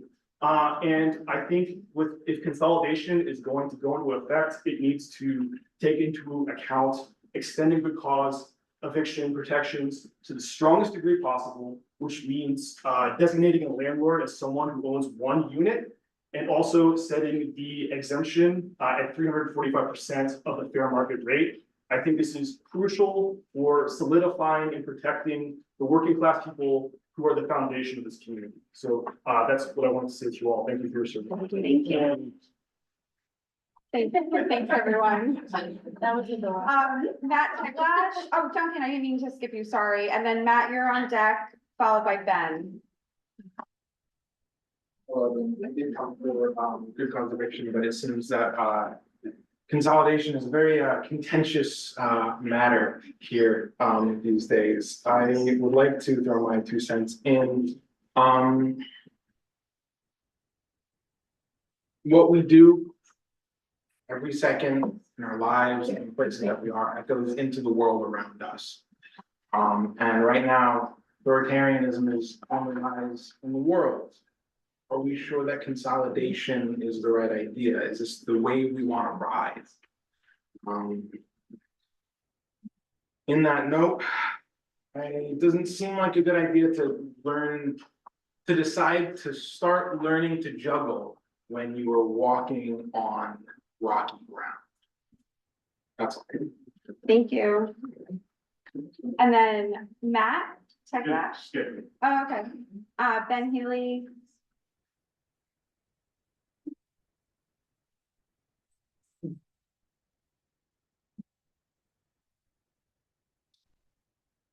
Hi, everyone. I'm Ben. Try and leave some time on the floor for other people. I know there's been a lot going on, so I appreciate your attention. I'm here to speak in favor of good cause. I am a renter in New Paltz. I have lived in New Paltz on and off since 1996. So FYI, this is still consolidation. This is still the consolidation. Yeah. Let me come back. Yeah, unless you had a connection. Okay. Thank you. Hang tight, sorry. That was just practice. Next, if Nate Webner, wanted to speak on consolidation, followed by Jolanda. I'm good. Okay. Then you're go. Some hard copies. I don't think I made enough though. Oh, thank you. So, good evening, Jolanda, town of New Paltz. Last week I was here to speak to you about making a change to JCA, about naming a working group reporting to steering committee, DPW and hall infrastructure, which would be charged with a scope on examining the options and the analysis. I was not trying to suggest that work group be formed before the referendum, nor should the work be done before the referendum. It's all post referendum. So, you know, I do hope that you'll take up this discussion of that modification and understand pros and cons of it. You probably lost sleep wondering what are the options he's talking about. Well, maybe you didn't sleep, I don't know. Anyway, I think there are 6 options. And I'm just going to quickly go through them. The first one is do nothing, because we need a baseline. Not that we actually want to do nothing, because the town hall, the trailers, is not a situation that can last. In fact, we're beyond lasting. But it's important to baseline it in terms of the operating costs, the maintenance, and whatever investments might be needed if we're going to stay the way we are. The second option is to keep the two DPW facilities and then identify a range of investments for remodeling the village hall into consolidated town hall. The government efficiency grant could be within that range. It could be the low end, or it could be the high end, it could be something, but it's in that range. So that's option 2. Option 3 is simply to add to option 2, investing in consolidation of the DPW on Clearwater. And then the range of investments in the village hall into a consolidated town hall. So it's really just the addition of consolidation of DPW on Clearwater. Option 4 is to invest in that consolidation of the DPW of Clearwater and build a new town hall on the site of the village DPW. These first 4 are rather specific because they're pretty well understood, although the investment level could vary quite a bit depending on how far you want to go. The next 2 are generic options because there's unknowns associated with the next 2. So number 5 is to purchase vacant land and invest in building a new town hall. You can then decide if you want to consolidate DPW on Clearwater. It's unknown because land, the purchase of land varies and what's available. And it may not, we don't know if it'll be affordable or not, but it's an option. And then the 6th one is similar in that you purchase an existing building and invest in remodeling it into a new town hall. Again, what's available depends on time and adequacy, which change the investment level. There is no answer here on which one is best. Oh, so there's no answer on which one's best. And it's only through the analysis can you come to a reasonable conclusion on which one should we invest in. Because I think the consolidation is a great thing because it will put us on a path to the future. This should be part of what we're thinking in the future. Thank you. Thank you. Is there anyone else wishing to speak on consolidation tonight? If so, come on up. Okay, you can keep submitting comments by writing. Oh, sorry, I didn't. Okay. I just wanted to say a couple of things. Come on up closer, so our clerks can take note, and also I like to go home after these and watch the whole thing over again. That's So, yeah. Okay, so I'm Amanda Dotto, and I'm just, I'll be calling. Wait one second. Hold on a second.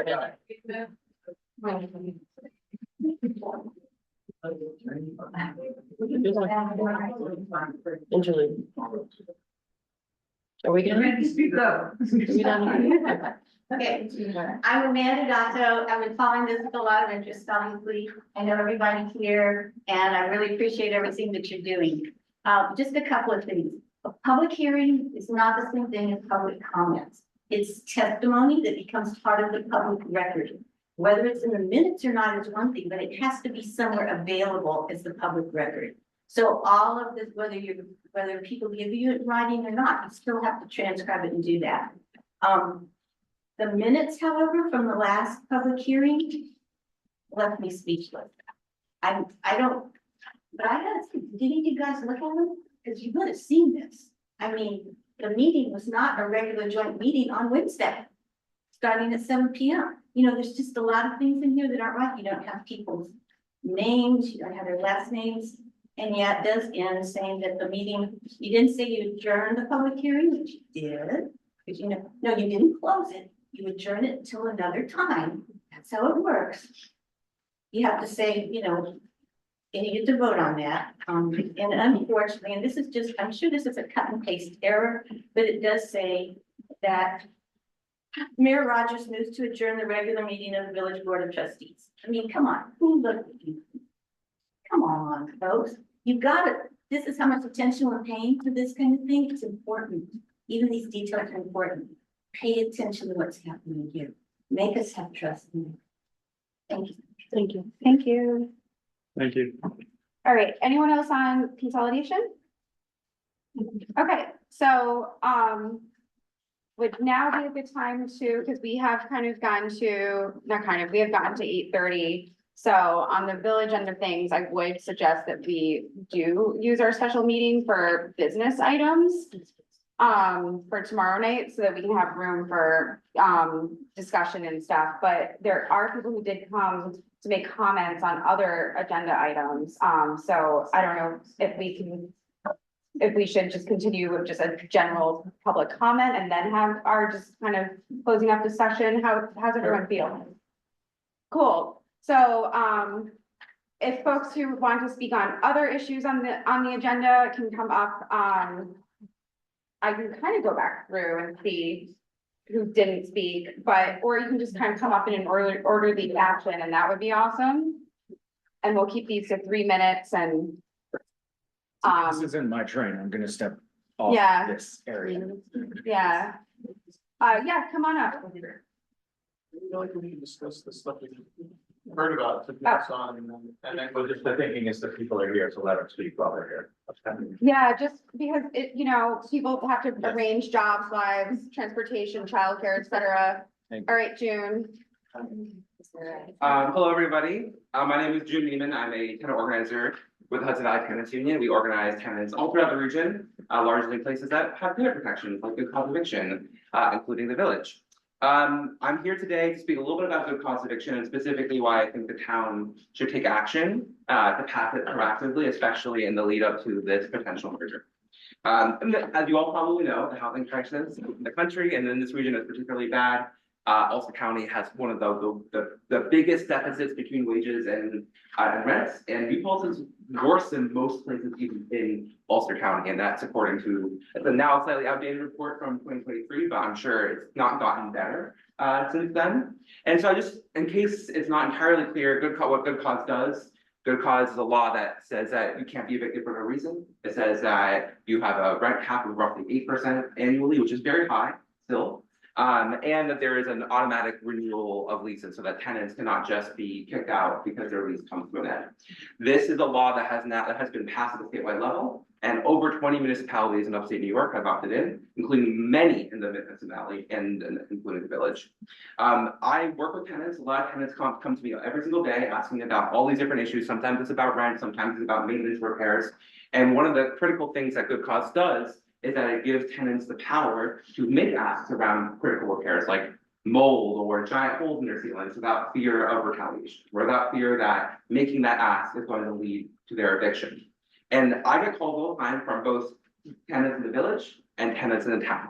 And the conversations I have are very different. Because in the village, I can say, okay, you say these things, you can talk to your neighbors, you can come together, you can form a union, you can ask for these things together. When they're in the town, if they do those things, it's very likely that they'll be evicted for them. And so for that reason, that reason alone, even without the merger conversation, I would strongly encourage you all to consider the needs of the tenants that are in the town, right? I know it's a majority homeowner municipality, but there are tenants, and look at their needs as well and try to pass a law that will protect them.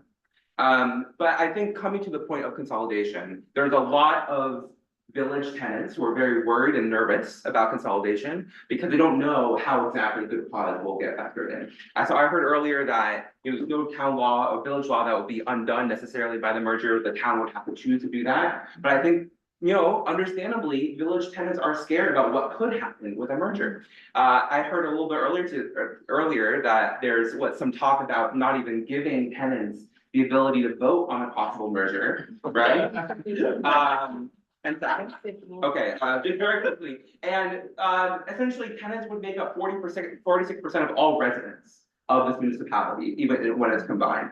So I just want to strongly urge the town pass a very proactive, strong version of good cause eviction to see this in the village. I'll finish my sentence very quickly. Basically, what that means is saying that you're defining a small landlord at one unit because that's an exemption, and then also saying that like the height, the limit. So basically, units that are more than 345% of the fair market rents can be exempted and not have that be a lower number. So those are some things that most municipalities, almost all municipalities that have opted into good cause have done, and I strongly urge the town to do so. I think that would give a lot of village tenants a lot of comfort of going into this potential merger. So thank you for your time. Thanks, June. Thank you. Can I Chestnut Valley, Tennessee. All right. Wearing the shirt. Can I talk with my town colleagues for a quick moment right now? I'd love to take a straw poll, because we work really carefully. You want me to leave? No, stay, June. Okay. We worked very carefully and thoughtfully on the village adopting a good cause law. And I would like to take a straw poll now, because I think whether New Paltz consolidates or not, the town should, as quickly as possible, adopt good cause rental renewal law. And we have a draft, we've circulated it. So if, you know, we're gonna go ahead and proceed with a public hearing and a vote, I mean, I see myself being super supportive and voting in favor of that law. I'd like to take a straw poll. Just curious how anyone else is feeling right now. Do you need to learn more or? I need to learn more, but I'm Thank you. hearing yes.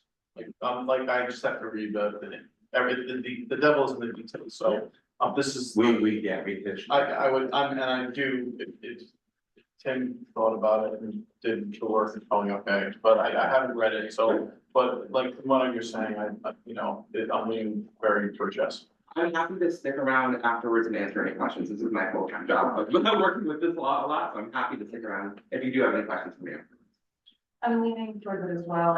I remember when we looked at it the first time, I had a question about you said it before, the like small landlord or. The small landlord limit. Yeah. Do you want me to explain that, or do you?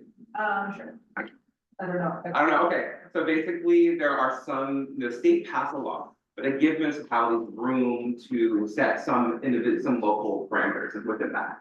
And basically some exemptions, right? And so small landlords, which is not defined in the state law, are essentially exempt from good cause eviction. And the state law allows that to go all the way up to 10 units. The problem is, if it's any more than 1 unit, it becomes very hard to prove anything, because landlords often use multiple LLCs to own multiple buildings. And so if you don't, if it's any more than 1 unit, it becomes virtually impossible very quickly to prove how many other units a landlord actually has. And so what most municipalities, I think almost all the municipalities have opted in have done, is set the definition of a small landlord at 1 unit. Meaning that if you're a landlord and you own 1 unit, that unit is not covered by good cause eviction. Anything more than that would. So what about units that are on the person's personal property?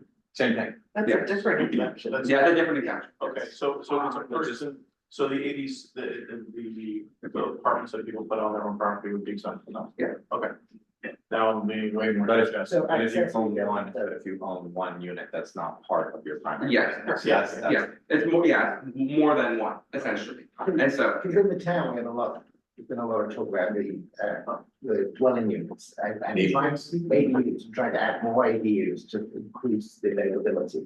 So if Yes. you were an owner who had an ADU, would that be counted as a landlord? how many ADUs? Just Yeah, just Yeah, one. is there a lease? I mean, They allow, right? Yeah, yeah. We only allow one. So then, yeah, I mean, 1 would still, if you do define small landlords as 1 unit, then that wouldn't be an exemption, right? But if they have any more than that 1 unit, then that is no longer, then they are no longer exempt. Unless they live on the property. Unless they live in a- Oh, Yeah. if they live on the property, they're exempt as well? Yes, that's a different exemption. And how many of you live on the property?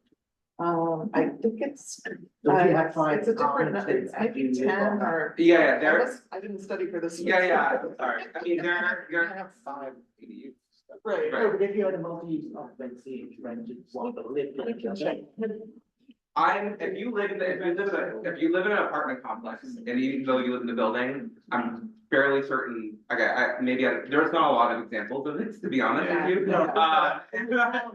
Most landlords do not even live anywhere near municipalities, but, In the yeah. town, there are some places, I think Flavor is one building. Yeah. 1 lot, 3 apartments, they live in one. I'm fairly certain that would still be good cause eligible, but I think that is worth investigating. It would depend on the definitions, like within like the code locally, like and how they match with, because this is an opt-in law, so all these exemptions like there's no wiggle room, it's set out by state property I law. thought I read, when I read the law, that if you were a resident, there was a different number of people.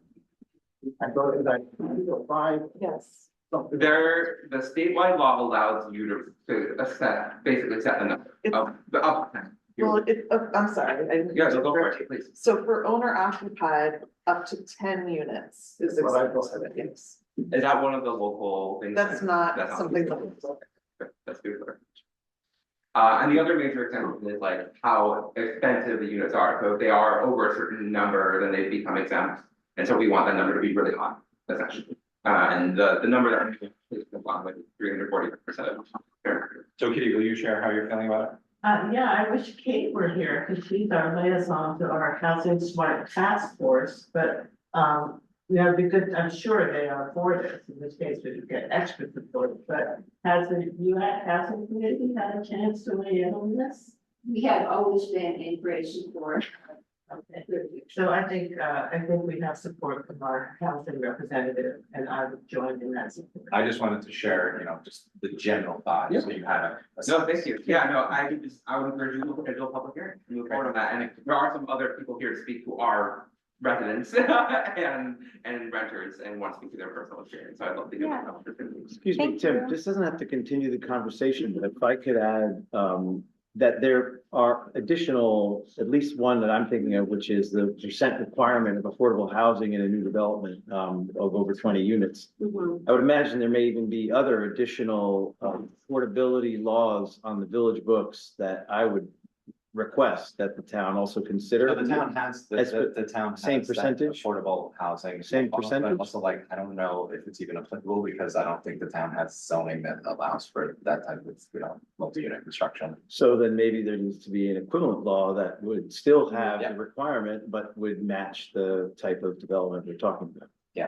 So I would, I I think think that- please, in the context of this good cause eviction consideration, maybe there's like a housing affordability bundle that could be Yeah. on the table, that I would want to ask. Just to you all to mirror do what some the homework village has about. already done, yeah. Yeah, that came up in, sorry to throw things off a little bit, but just, I held a great meeting with like village and town, volunteers who are in the different housing smart task forces, our affordable housing board, UAC housing committee, landlord tenant relations, to kind of figure out where everyone was feeling in light of consolidation, because there has been, I'm sure, June, you're not exaggerating when you're saying people are feeling anxious about it, and like, especially in light of last week's public hearing, when repeatedly people were saying like, tenants are gonna vote, like, people have been reaching out, like, what's the point of even voting on consolidation if I don't know if I'm gonna even be able to live here? So, I think it's really good that we brought that up. I think a lot of the advocates want to kind of put together like the list and kind of pass it our way and your way.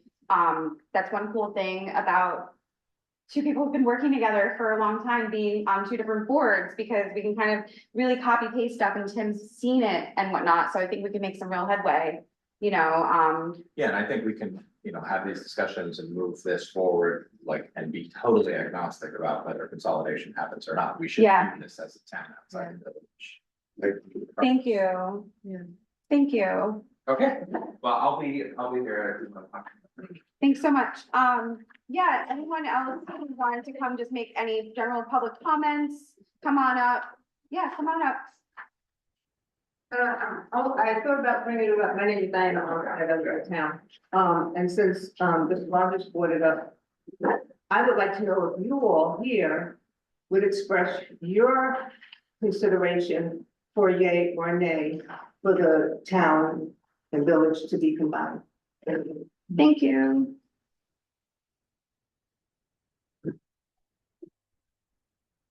Yeah, anyone else? Come on up. Happy to do that. Yeah, okay. I want to kind of give people chances to finish talking. Come on. Hello, my name is Jay Furman. I'm here to I know June said a lot and you said a lot about good cause, but I have a lot of friends who live in this town. I lived in this town since I was in third grade. I'm 27 now. Who put a lot of work into this town, into the restaurants, work in the various industries, and have been forced to move out due to the rising costs and the stagnant wages. And I think stuff like good cause eviction could pave the way for future protections for renters moving forward. That was about it. June said pretty much everything I had to say. Cool. Thank you. Thanks. Thanks. I saw. So with Thank you, appreciate that. Cool. I saw a couple folks who look like they want to come on up. Come on up. Good evening. My name is Dave Hills. I consider myself new to New Paltz. Moved here like 15 years ago. There is some concern I have, and I've been coming here at least for the past 3 months, voicing my concern. And before I really start, this is personal to me. And the reason is personal to me, and I keep on saying it over and over. I'm here to fulfill my civic duty. And what that means to me is, I came here when I was 12 years old. I served in the Marine Corps for 4 years, and it was a very bad situation for me. And at the time that I served, I lost over 243 Marines in one day. And I'm very fortunate to be here, to be alive. I was involved in law enforcement for 37 years. At this current moment, we have 2 officers, Sergeant James Trion and Officer Milton. They had some charges brought up against them, which they were released from those charges. But up to today, they are still on administration leave. And I'm very concerned about that situation. I don't want to, when you use a word, racism or favoritism or whatever, people get very offensive. They get very defensive on when you use those words. I experienced it myself, and and like I said before, I never blame that individual because I understand that they were conditioned in certain to have those behaviors. And the reason I'm saying that, and I said it many times, I remember being in the Marine Corps, being in a hostile situation, people getting killed. When the other patrol came back, and all the Black Marines that was in my unit were moved to one side, and all the white Marines to the other side. And I went up to that individual and I said, yo, those people shooting at us, they don't give a damn. We both have the American flag on. But at that time, that person was so ignorant to what he was doing. And I know, just listening to this, you guys, you elected officials, you have a lot of stuff on your plate. And I thank you for dealing with the reconciliation and all the stuff that you guys are dealing with to make this community a better community. This will be all could live in. But I'm going back and saying, I'm still concerned for those 2 officers who are still, they've been clear of all their charges, but they're still on administration leave. I don't know what's going on, and it's very disturbing. It's very, very disturbing.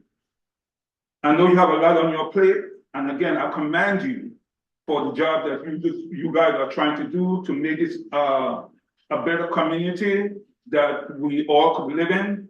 But to have those 2 officers still on administration leave after they were clear with all charges, I don't know what's going on. Am I wrapping up? Thank you. Thank you. Ben, looks like you're ready for a comment. You're pacing. Get up here. Yes, yeah. I just wanted to be clear that we're doing good cause. Yes. Anything you want to talk about? Yeah. I'll come up and go back again. Get your steps in. Yeah. Okay, so thank you all once again. It's a lot easier because Jean gave us that wonderful primer on good cause. I'm here as a tenant within the town, not village, to speak in favor of good cause. I happen to be very fortunate. I live in probably the nicest housing I've ever lived in my life. I do live in an apartment complex. I am very, very fortunate. My apartment complex is run by relatively responsive landlords. When I submit a ticket, they send someone out. They have full-time staff and they fix stuff. Not everyone is that lucky. A lot of people have landlords who use the fact that you don't have a leg to stand on as a reason why they won't fix things. And if you've ever been in that position of having a landlord who just won't fix something because he knows that if you press him, he'll just go, well, then I won't renew you, and out you go. And you have literally no protection against that, which means any realistically enforcing any rules that we have about, like, you need to provide decent housing to your tenant kind of goes out the window until it becomes a really big deal, or you have a particularly savvy person as a tenant who knows how to hold authorities. So even in my privileged position of living in a well-run place, if I want to get together with my neighbors and say, hey, we would like to use some common space for something nice like barbecue, or we want to have some lawn furniture, and we want to, talk with the landlords and not worry that if we're the ones raising our hands and saying that we want, to improve space on this place that we spend, oh my goodness, so much money living. I know that if I'm the only one who says, hey, can we have a barbecue? The easy thing for the management to do is to say, well, if no one else is saying that, then let's just get rid of that guy, and then we don't have to deal with this. This is work we don't have to do. And of course, my response to that would be to form a petition. And the reason that won't work is everyone else knows that if they put their name on such a petition, they're vulnerable to being retaliated against. 15 seconds. Okay, so with my last 15 seconds, I just want to say that I want to be able to fully enjoy the place where I live. I love my community. I appreciate you all being here to help make the community better. And please, when you do pass this, which I'll be back here to see that you do, please set the exemptions at 1 unit. So that the problem of piercing the corporate veil of the landlord who puts each property in a separate LLC doesn't become an issue, and the exemption at 345%. Fair market. Thank you. Anyone else have any comments? Come on up one at a time before we move on to just board people. Take a seat and not sit on. Yeah. I'm Nate. I'm kind of a transplant to New Paltz. I've only been here for maybe like part of the year. And I'm also going to talk about a good cause, specifically just the concerns about bringing it over as the merger occurs and making sure that's preserved for the whole town. I have somebody I know personally who does not in New Paltz, but in a different town in the Hudson Valley, actually has been recently illegally dehoused. And going through that process, so one of the reasons why it is so illegal is because of tenant protections, very similar to good cause. And so even though that situation is dreadful in a lot of ways, it is also good to see that these protections are there as a buttress, not only for them now that they are currently in it, but as a deterrent from that happening to other people that are maybe in more vulnerable positions even than she is. And so just knowing that that sort of protection is currently in the balance as to whether or not it will be carried over is something that I hope is being considered, and I hope there are plans to have that be carried over, as I'm sure, especially in a town like New Paltz, which was I think already mentioned before, but a town that really has built in a lot of ways out of a community that is largely like creatives and artists and all sorts of like business owners and everything from the working class, a class which is increasingly vulnerable as economically speaking, things become harder and harder. It'd be good to see that there is more things protecting people in our community less. So I hope that we can plan for that sort of protection and hopefully even more to be present as we merge things and try to make managing New Paltz easier for everybody. Thank you. Thank you. Dylan, you look like you're trying to come up. Come on up. So I was here mostly to listen to Consolidation, but I realized with good cause eviction, I have a few perspectives I think would be helpful. It sounds like everyone is for it, which I'm extremely grateful for. I am a individual who after COVID hit, I had 4 separate leases and 1 sublet with the next like 4 years, and I'm finally in a place. And I've been able to stay there. It's been great. I also work with individuals around Ulster County who are facing eviction, and it's a very different conversation if they're in Kingston or New Paltz or somewhere else. And I'm also speaking to as someone who, without good cause eviction, would have been homeless a few months ago. So I lost my job because of a traumatic head injury, and I was out of work for probably about 8 months. I didn't have a job, and I was able to get help from social services to cover my rent for what I missed. My landlord, as a response to that, also at the same time, my grandmother broke her spine and was hospitalized at a nursing home. His response was to try to evict me for missing rent, even though the entire town spoke through him. And I had money he should have taken, but he legally wasn't required to. So eventually, after going through the process, making a settlement, he actually ended up trying to evict me anyway. On Christmas Day, I had papers taped to my door. But because I knew good cause eviction existed, I reached out to Landlord Tenant Relations Council. I reached out to the Justice Center of the Hudson Valley because legal services isn't working outside of Kingston. And working my ass off, I was able to force them, because their lawyer screwed up in 5 different ways to the point where they were getting reported to the bar, that I was able to make them take this money that I was entitled to as a public benefit. So I'm very grateful good cause eviction is in place, because if not, I would have been where I am trying to prevent people from going, and my grandmother would still be in a nursing home. I also want to ensure that that is not the finish line, because I was almost evicted without good cause, even with the amendment in place. So I'm truly hoping that regardless of consolidation, the work that's happening with the housing boards is amazing. And I hope you could figure out how to help people who are actively in crisis, how to refer them to services, because it's borderline impossible to get someone to answer questions, and it's nearly impossible to get someone to be in court with you. So thank you to the village for having good cause eviction. Thank you for the town to being open for it. And thank you all for your service. I'm very grateful to still be here. So thank you guys. Thanks, Josh. All right, anyone else wanting to make a comment tonight? Come on up. If not, don't worry, we're here all the time. Okay.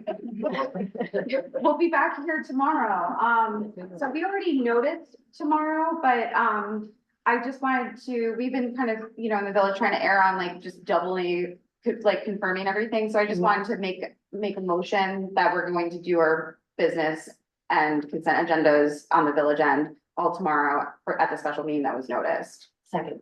Okay, all in favor? Aye, cool. Just covering that. Okay, next, I don't know if you guys felt like you need to do that, but, or if you want to do any of your agenda, or we can just talk about consolidation.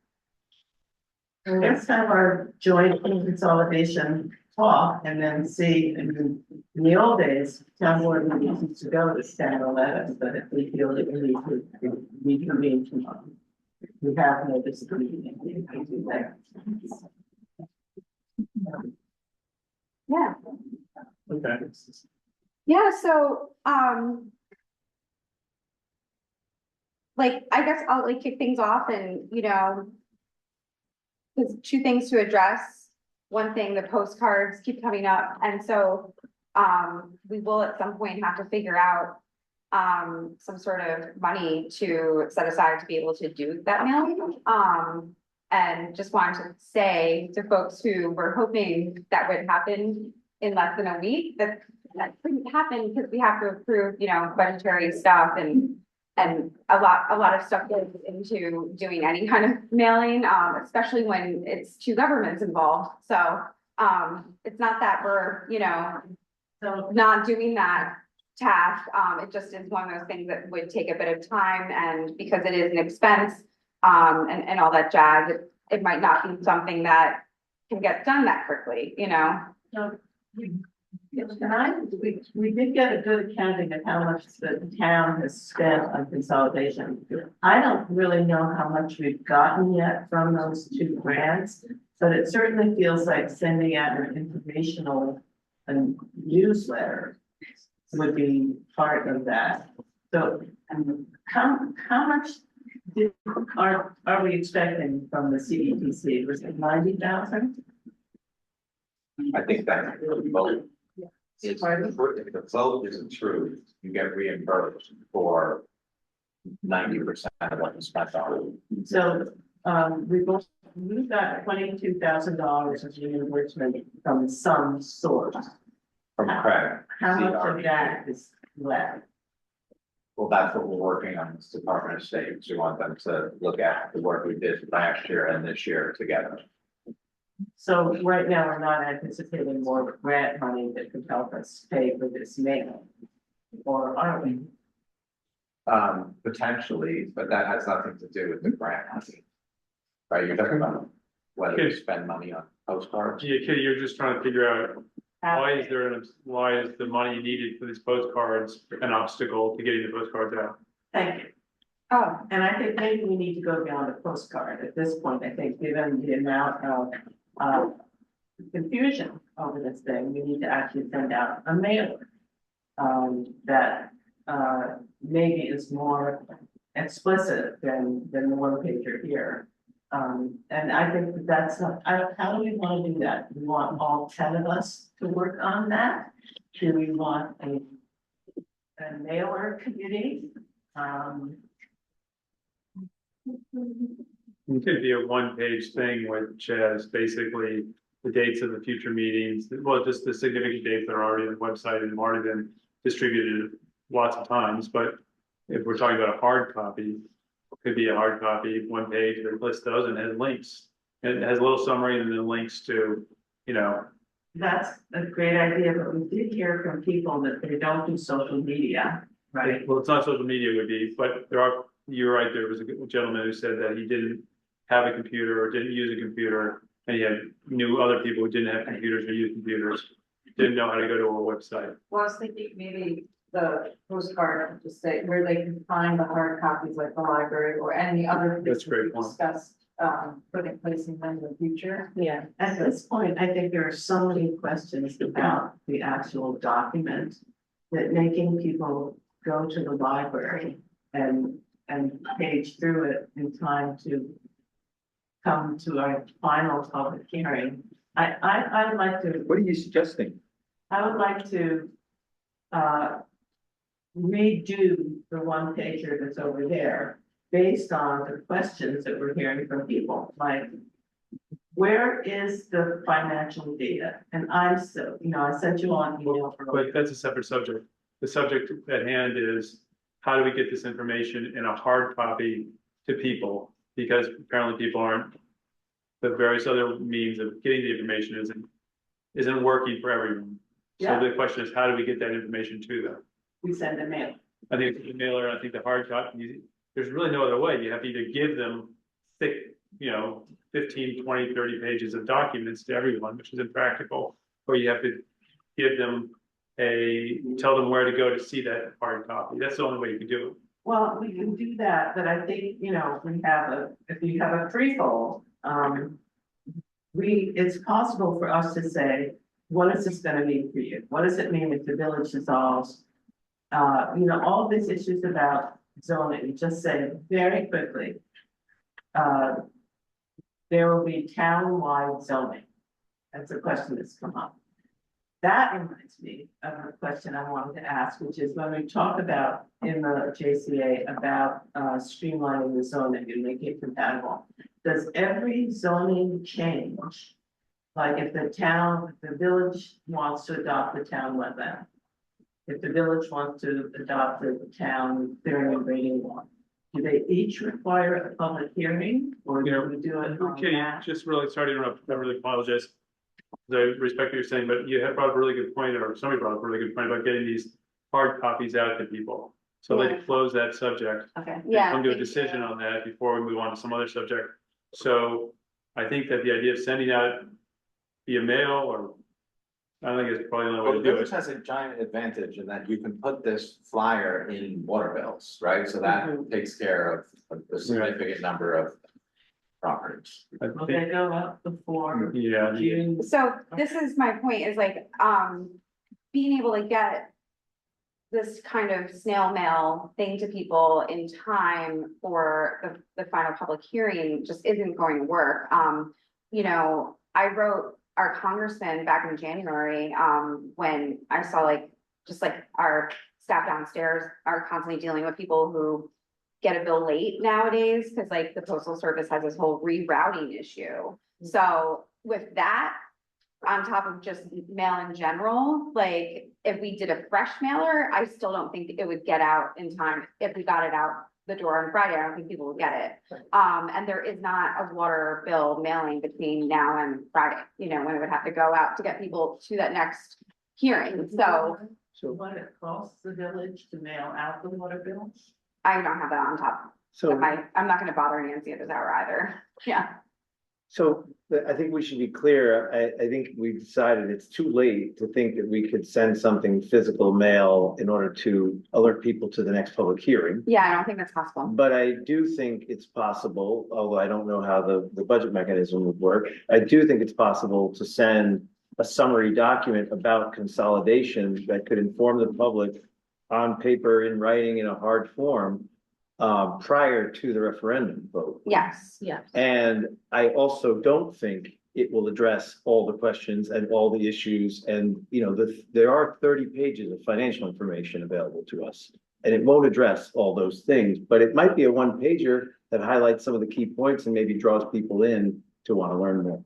And we can, you know, yeah, exactly. Thank you for clarifying that. So what I'm thinking is if we can just be on the same page that we'll come up with this in time for a vote.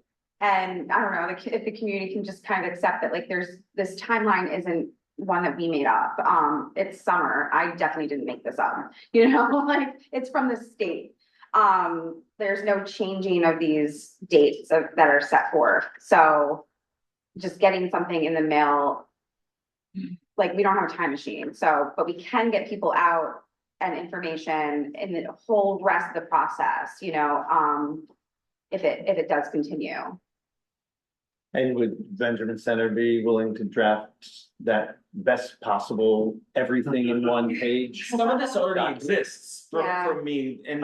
We recognize that. No. What I mean, some of this exists that it hasn't even been like this week I was working on something like this. Mm-hmm. There's a flyer that exists that could go up just around town if you want, like telephone poles, easily enough. I made one of those. It's not legal. That's not legal. You can't put things on telephone. That's true. You Well, we can't- won't formally that's true. endorse it, but you know, yeah. if somebody wants to. If somebody we could spread them at the library, put things up like QR code and. QR code. But in terms of a sort of the document you're describing, there's a version of that that's being worked on. Yeah. And I think is perfectly appropriate to go out, you know, as a mailer. And while I acknowledge that a lot is rides on a decision that's happening fairly soon, right, with respect to these boards endorsing it, that decision actually, I think, pales in comparison to the decision the community has to make. And if you really want, like, there's a lot of evidence that people pay attention to things much closer to elections. So I think you actually get more bang for your buck in terms of community sort of learning. I understand that stuff doesn't get incorporated into the JCA. I want to acknowledge that. But in terms of like feeling like you want to inform the community, you know, as we get a little closer out of summer into election season, getting them a mailer along the lines of what's being described and allowing them to be as informed as possible is certainly possible. I appreciate that, but I have heard from people, and we saw in this week's letter to the editor, that people feel that your one pager is very pro consolidation. So let's just do what I believe the women voters would do, and just say, here are the pros, here are the cons, and just not put our finger on the scale.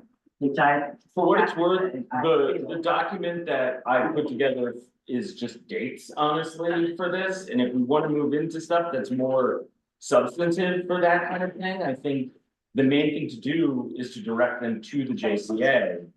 And stuff. I'm sorry, I'm just feeling frustrated that we keep sending people to the JCA and then they keep coming here and saying, we can't find any of the numbers, we can't find any of the.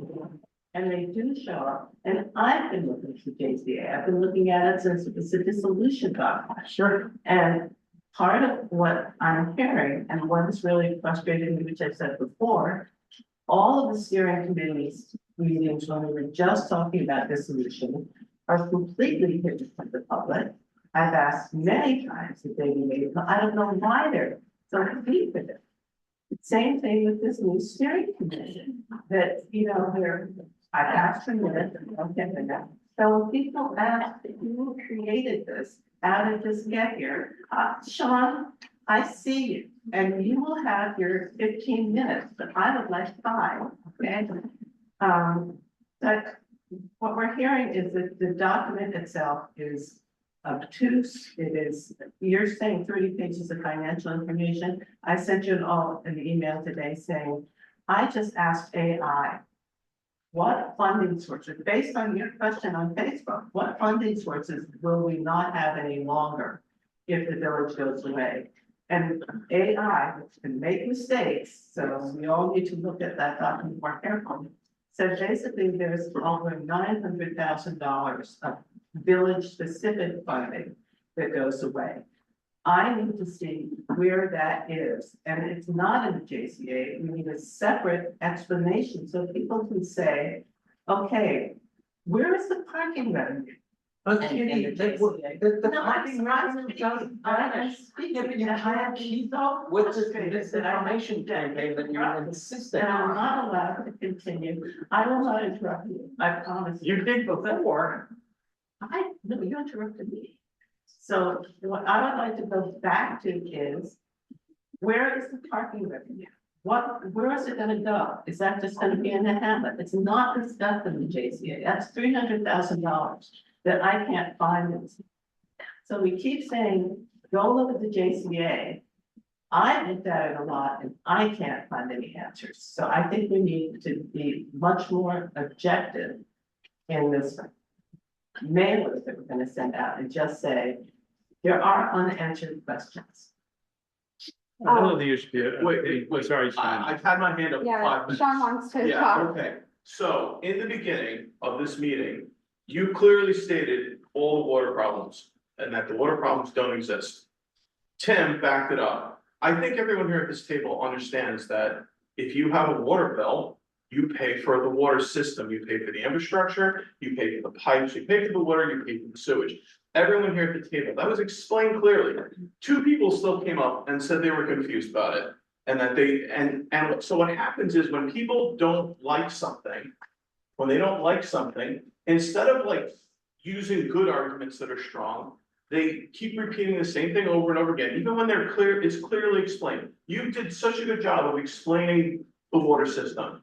And still people are, every single time we have this, it's the same thing happens. And what happens is, if our expectation as a board is to have complete transfer of information to everyone at a perfect level, that is an impossible standard. No one can do that.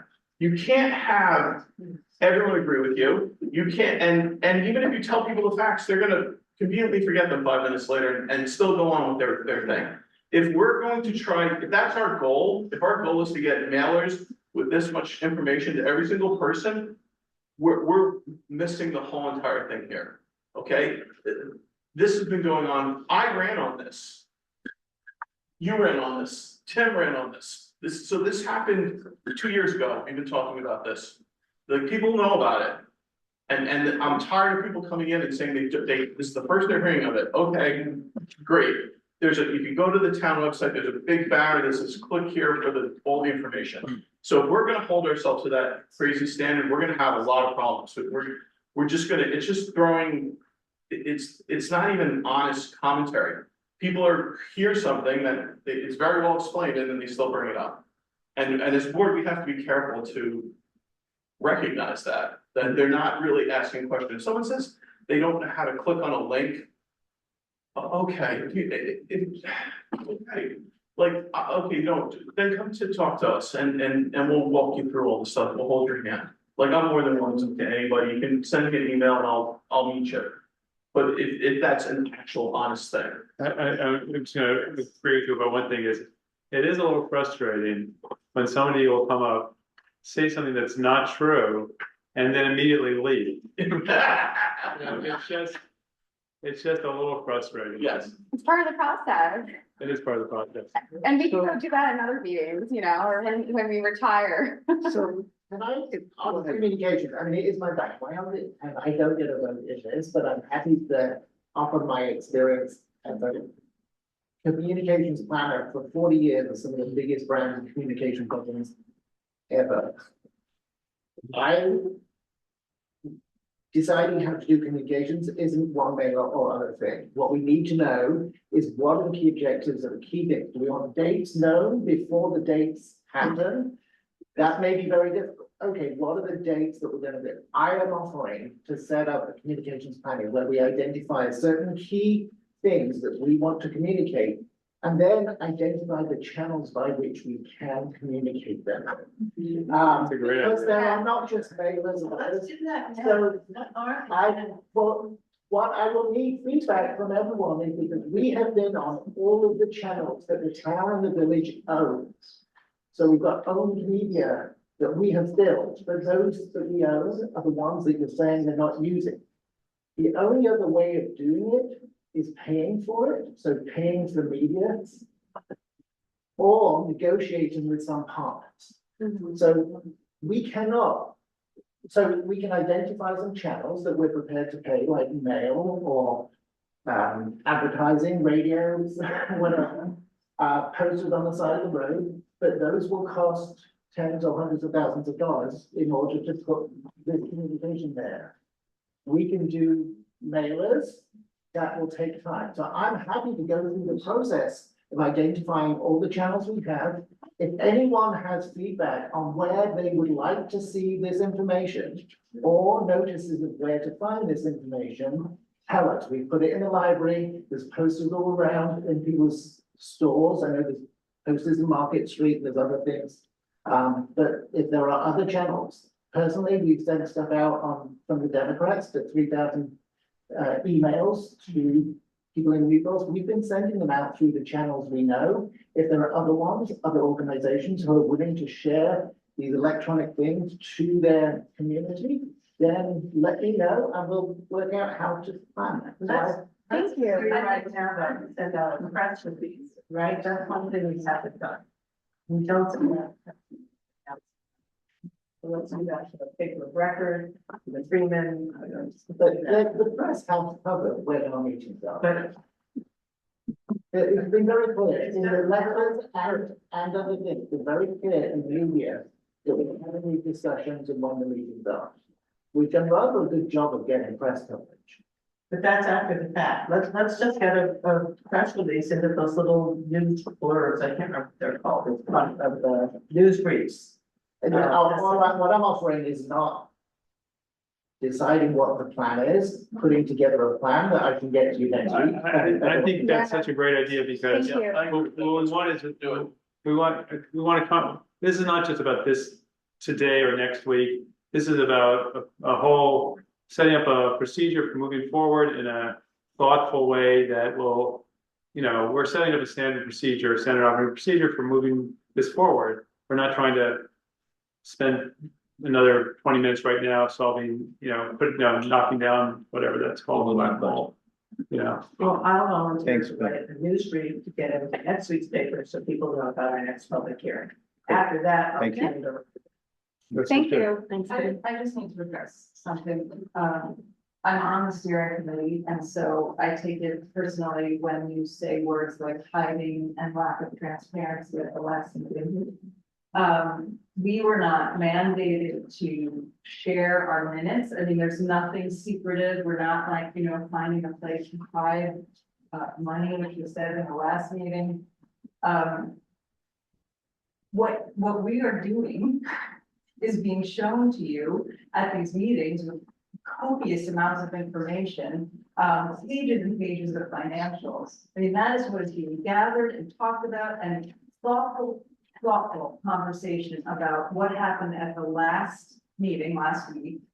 Scott made us this document with every topic that was brought up and what the response is to that, what the facts are with CBTC, or what's being done to inform the public about consolidation.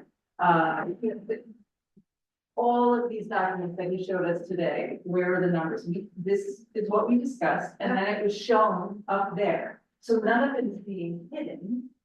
It's being shared. And the communication would be so much better if it was, Well, this is the transcript, you're seeing it here. Are we seeing this? This information was shared with you today, it's not just document. Oh, and I emailed everybody has the PDF of the presentation because I wasn't sure you all, because I know Stevie like reads everything on her phone while we talk. Yeah. Thank you. If this is the content of what informed that, if this is what happened at your steering committee meetings, It's not, that's No. something else. what is this? So It's basically my notes on, after watching the previous hearing, what was that? No, middle school. Yeah, the middle school hearing, thank you. And what I understood to be, for example, there's a line in there about the voting thing.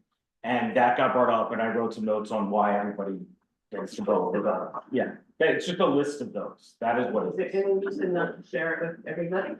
No, I shared it, I think I shared it with the steering committee. It's only a couple days old at that. Well, It's like 48 hours. I think the point is that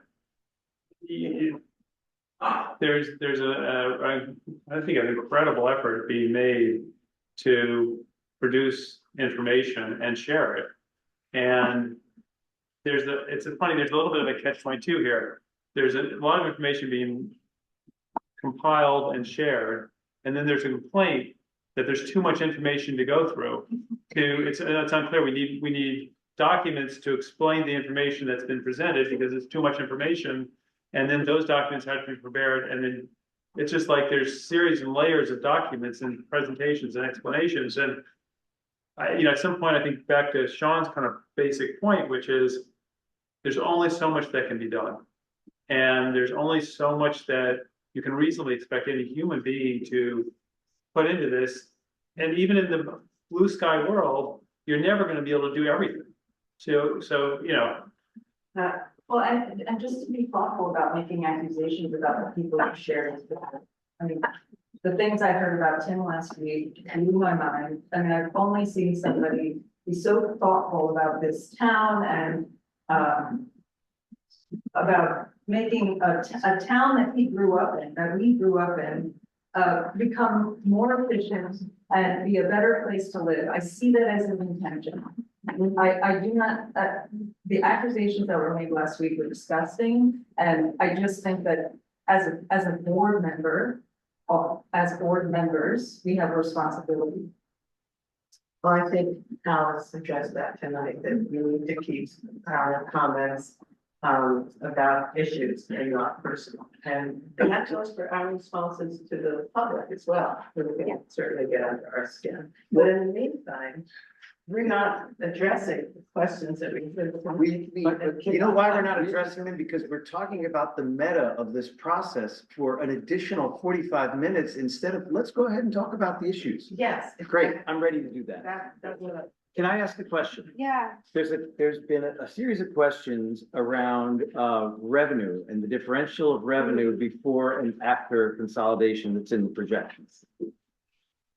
I'm interested in exactly what the difference is in, I'm waiting for Scott because. I'm listening. Okay. I'm sorry. In Exhibit C2, there's village and town pre-consolidation revenue that includes appropriations and property tax levy. Yeah. And then there's village and town post-consolidation revenue that includes those two categories as well. Mm-hmm. In appropriations, there's a difference of $700,000 from the village. Okay. That before consolidation, the village appropriation figure is 4.3 million, and post-consolidation, it's 3.6 million. I'm interested in where that $700,000 negative difference comes from when we go from an independent village to a consolidated. It's 750, it should add up to 755, is that right? If I have the right. You mean the differential? Yeah. Probably, yeah, Yeah. I'm calling it 700. Yeah, okay. So why is it that the appropriations are $750,000 less pre versus post from the village contribution to the consolidated entity? That is not an answer I can give you out loud right now. I think it's an important answer. Sure, that it we is should an do. answer that we have. I have the table right here. It's just I can write that. You can for share the table, I'm pretty good. Well, the table's been shared and I can share it again, but, Is it? it's a little hard for me to. Your last email from me from 7:05, yeah, Okay. I wasn't ready to read it at 7:05. sorry. Yeah, So understood. that's great. And that, I believe, is an example of when folks say there's no financial information, that's not accurate. There's a lot of financial information, but if folks are asking questions of us that get to another layer of these types of information, let's have those conversations at this board. I'm waiting for those questions, Okay, right? I have another one. Your ask is exactly the kind of thing we should. The second one is, there's also a differential in property tax levy that goes from the pre-consolidated village to the post-consolidated village, and that's exactly from 2.8 million to 2.2 million. Which table are you at? Still on C2. I mean, C2, yes. Which page? Sorry. C2 is only a one pager, and it is page, Oh, exhibit C2. So Table. basically, the concept is that when you look at the pre-consolidation village financial revenue sources, they are bigger than the post. And I'm looking to understand what is being lost from pre to post. And is it something that's unrecoverable? Is it something that's a regulation, or is it? You're doing on revenues. Yeah. Okay, so give me a second. I need a second. And we don't have to answer it now. Yeah, But it's you'll get a written answer. Great. Sure. And then the other thing I'd like to share about the financial implications is the transition costs, as outlined in the document, are very specific and I think very conservative. Although I don't have a lot of experience at all the particular line items that they're supposed to pay for. But I think they're very, they seem generous because there's contingency on top of contingency. There's things that say possible other costs, and then there's a 15% contingency and a 25% contingency, right? To get us to that 400 maximum number. In the consolidation document, it reads something like potential to be in the range of, which to me is a very vague statement for something that's been detailed in an extremely conservative and specific way. And then it also only says that there's $50,000 available to pay for this $400,000 transition cost. So I think transition costs have been a topic that many people have brought to our attention. And I think the JCA could address transition costs more effectively by being more clear to say, we project the cost to be in this range, which includes a contingency of X amount. And we anticipate being able to pay for those transition costs through $300,000 from the CETC, the $90,000 that you cited earlier, $50,000 Craig Award. Because I think right now it's a boogie person of this transition cost thing that could be a lot better addressed than the JCA. Yeah, thank you. And I think it's a good way to distill a lot of the comments that we've been hearing, like really asking about those particular numbers. So thank you. Let's hash that out and make it more clear. Yeah. So I think my question about, how many public hearings we might be needing, might work into the whole transition issue is, does every piece of town code and the town zoning that is going to be adopted by the new village need its own separate public hearing? Or do they come as a huge mass? How does that? I'm kind of hard time following what you mean by the new village, because it's all after the consolidation, it'll be the town. So do you mean at that point, when there are changes to be made to the zoning, they would be done by local law? You could make multiple changes to zoning in one local law. You don't have to do a separate. Okay, that's my question. So if the hamlet wants to have a wetlands law and a clearing and grading law and a setback law that's different than they have right now, that would all be in one law? It could be if it's also, you're not supposed to put more than one topic in a local law, but if it's all changes to zoning, you could, you could put that together. Like you couldn't have one local law that covers, garbage and dog control, but within zoning, you could. Okay. Does that answer the I think the question is similar to the good cause eviction, like once the town has good cause eviction. And then the village gets reorganized into the town, then the village also has good cause eviction.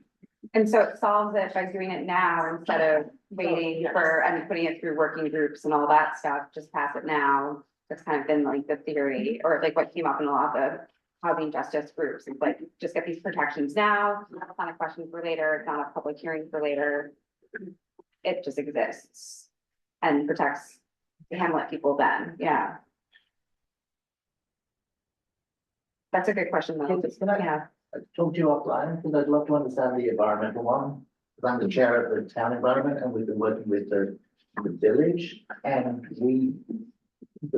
the environmental laws and protections are slightly different between village and town. Yeah. One's more about policy, one's more about. So the town laws are much more about land use, and we've been looking at how those two will be aligned and what the role of the environmental committee will be.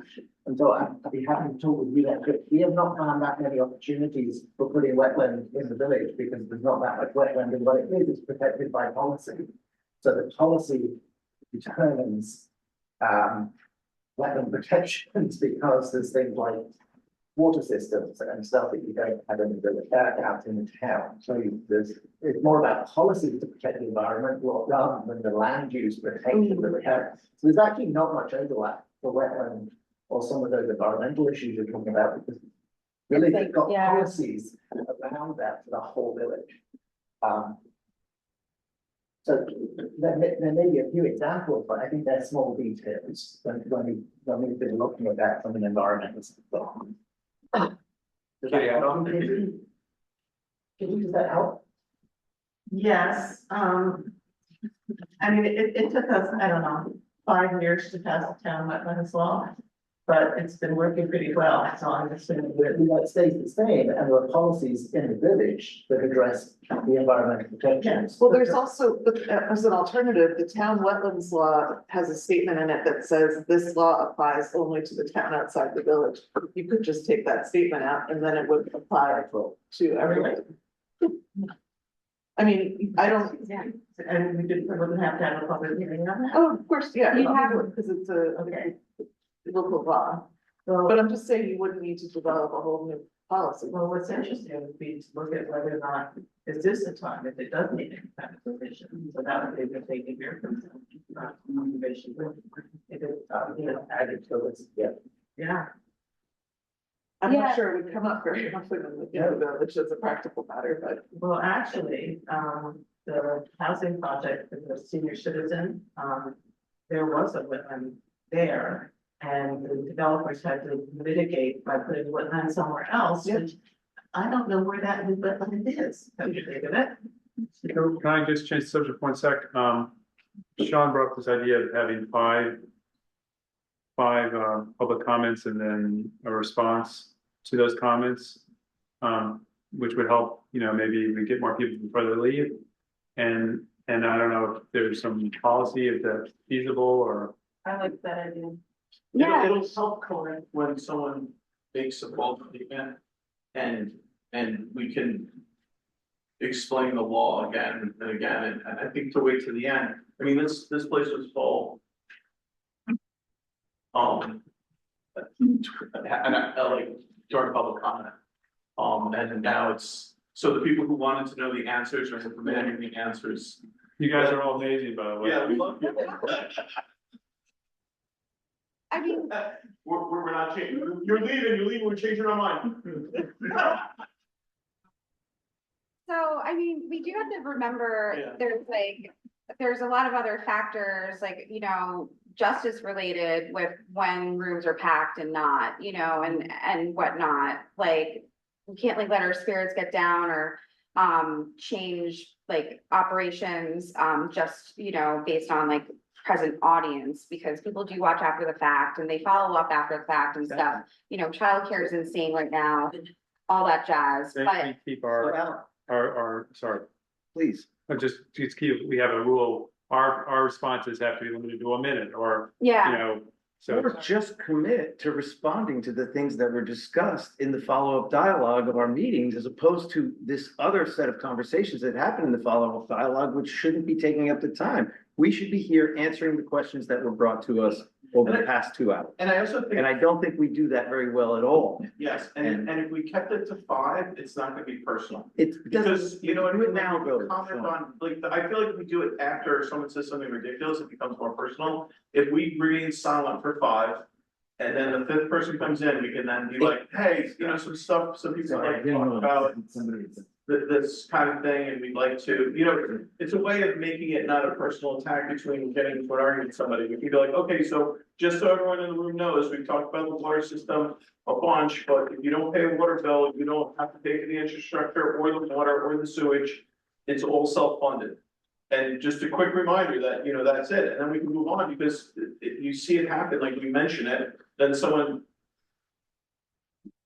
has a different idea that's not. I think you're both right.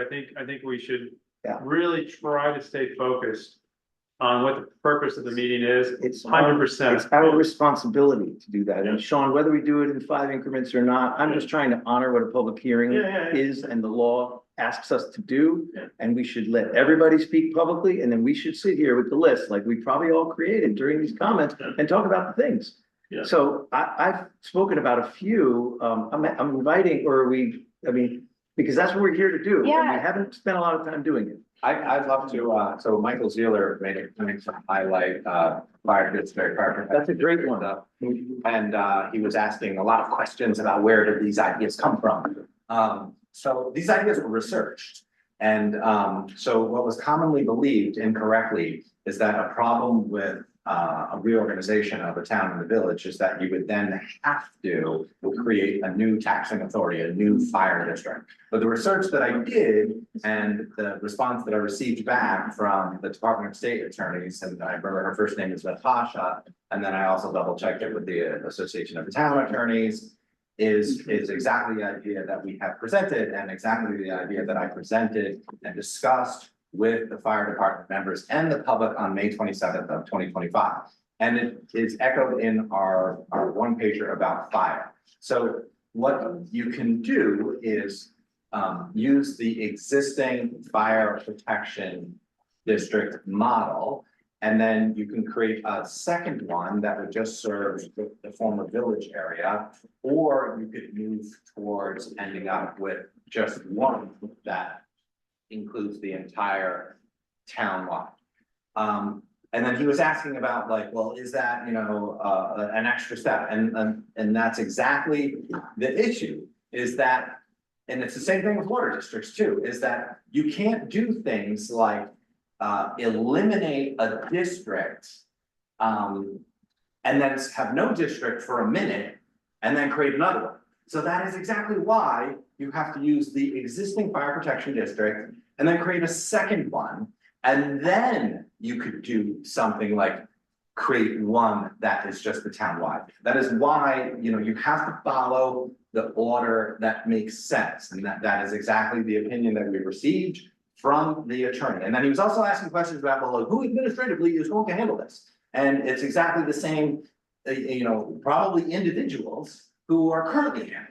So currently, the administration of the village fire department is handled by the village staff. So, you know, as we've said 1,000 times in a row, is that the people who are currently employed by the town or the village would continue to keep their jobs. So the administration of the fire department would still be handled by the local government. And it wouldn't be the village employees, it would be town employees who are former village employees. So like this kind of like constantly like, oh, well, there's all this deception, and it's like, no, there's all this research. There's all this like, we've triple checked everything. We've used consultants, we've used attorneys, we've, you know, I think I even shared that message I received from Natasha from the Department of State 2 years ago with Emily. So thanks, Tim. These things have been discussed and researched and triple checked by consultants, like this whole like. Thanks, Tim. And my suggestion, I'm interrupting you purposefully, because I respect you and I love you. The first part of your answer is perfect. Now the public understands why we proceeded with the fire protection solution in the way we did, and that you had a forum with the department about it. We don't have to comment on the meta of how frustrating it might be for someone to bring another comment about a topic. That we just have to respond with transparency and honesty about the research and the solution and why it exists. And let's move on to the next one. Yeah. Yeah, that's a great point about the meta. That's why I'm definitely guilty of that. Any other I have one I'd like to tackle that might be quick and easy. Emily, go ahead. To add to that, do people know the difference between a fire district and a fire, does it matter? It's a really lovely one pager. Okay. There's some of them on that table right there. I mean, in one sentence, a fire district has its own government and a fire protection district is run by the town. And so in order to avoid creating a whole nother government in the process of consolidating, the fire protection district avoids that. Can I also add to that too? I think what's really fascinating about so many of the points that folks raised about what they think is consolidation actually has nothing to do with consolidation. So New Paltz could create a fire district today. They could create a fire district after consolidation. Like, if we choose as a community to create a fire district, we can. And one of the responsibilities would then include having elected fire commissioners. So you're creating a new taxing authority where then you have to find people who want to step up into the role of being an elected fire commissioner, and then they would be responsible for the administrative piece of the fire department, which is currently being done by paid village staff. Thanks.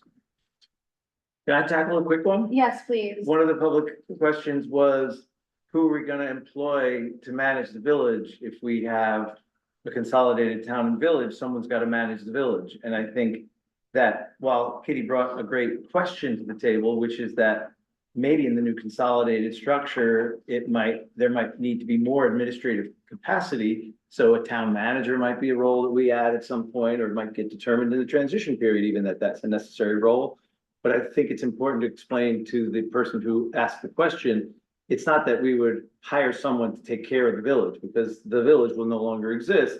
It will be a part of the entire town, and the administrative and executive decision-making would all take place from the town. But the question of like, maybe we're gonna need more person power to make it all work is a good one, and Kitty offered a thought about that. But I think it was important to just refute the idea that we're not gonna hire someone to take care of the village, because that's the kind of counter to the point. If that's how my question sounded, then I. It wasn't your No, it question. was somebody else. It was a Oh, public, yeah. it was a public question. And Michael, I was offering your suggestion that that town manager might be a necessary role over time was a good one. And it was suggested in the following consolidation. So, you know, I think we just need to think about an extra administrative person, at least for transition. Yeah. Michael also brought up the issue of, and then other people have at the hearing brought up the issue of how boards would handle double the workload. Volunteer boards would handle double, particularly the planning board. I know that Sean had said previously that the ZBA is not overwhelmed. And that in fact, it concerns more. We have one person right now at the town, at the village, and one person at the town. So there's only one, so that would be, Right, so the meeting would go from. but also that you had brought up that the need is actually more for more volunteers. Yeah. To fill those boards. Those boards. There's another issue I think that I'd throw in there, which is something that I've heard a bunch about, which is that sometimes the two boards are in conflict with each other and they undermine each other's work. So that would be a planning board issue. Like the planning board and the zoning board are undermining each other? No, two planning boards Oh, are at conflict and undermine each other. So there's inefficiencies there that would be addressed. So what I'm hearing is that it's not so much a concern that you're doubling the workload. It's more, it's that there's maybe pluses and minuses, but on the whole, it's probably a plus. Yeah. Thanks, Al. As a person who, probably, On environmental conservation, the EPD in the village have not had quorum for a long time. yeah, And struggling, we're one person down. There are different expertise, which is, one is policy, one is land use. We have almost the right number of people across both of those boards to cover all of that. And if there are interested people, they can come and apply and be on either, on a board. And we are working closely together at the moment, with those two organizations, two groups. We're, the ZBA has had a full board for exactly 6 months and 10 years. And I was pretty proud of that. I was like hanging my hat on that and felt like a stud until someone moved out and left us all alone, and someone went to Florida, and then someone got, had a kid. So it was like, I was feeling really proud of myself for exactly 6 months. And the town board is a person down. Planning board is a person down. The town board?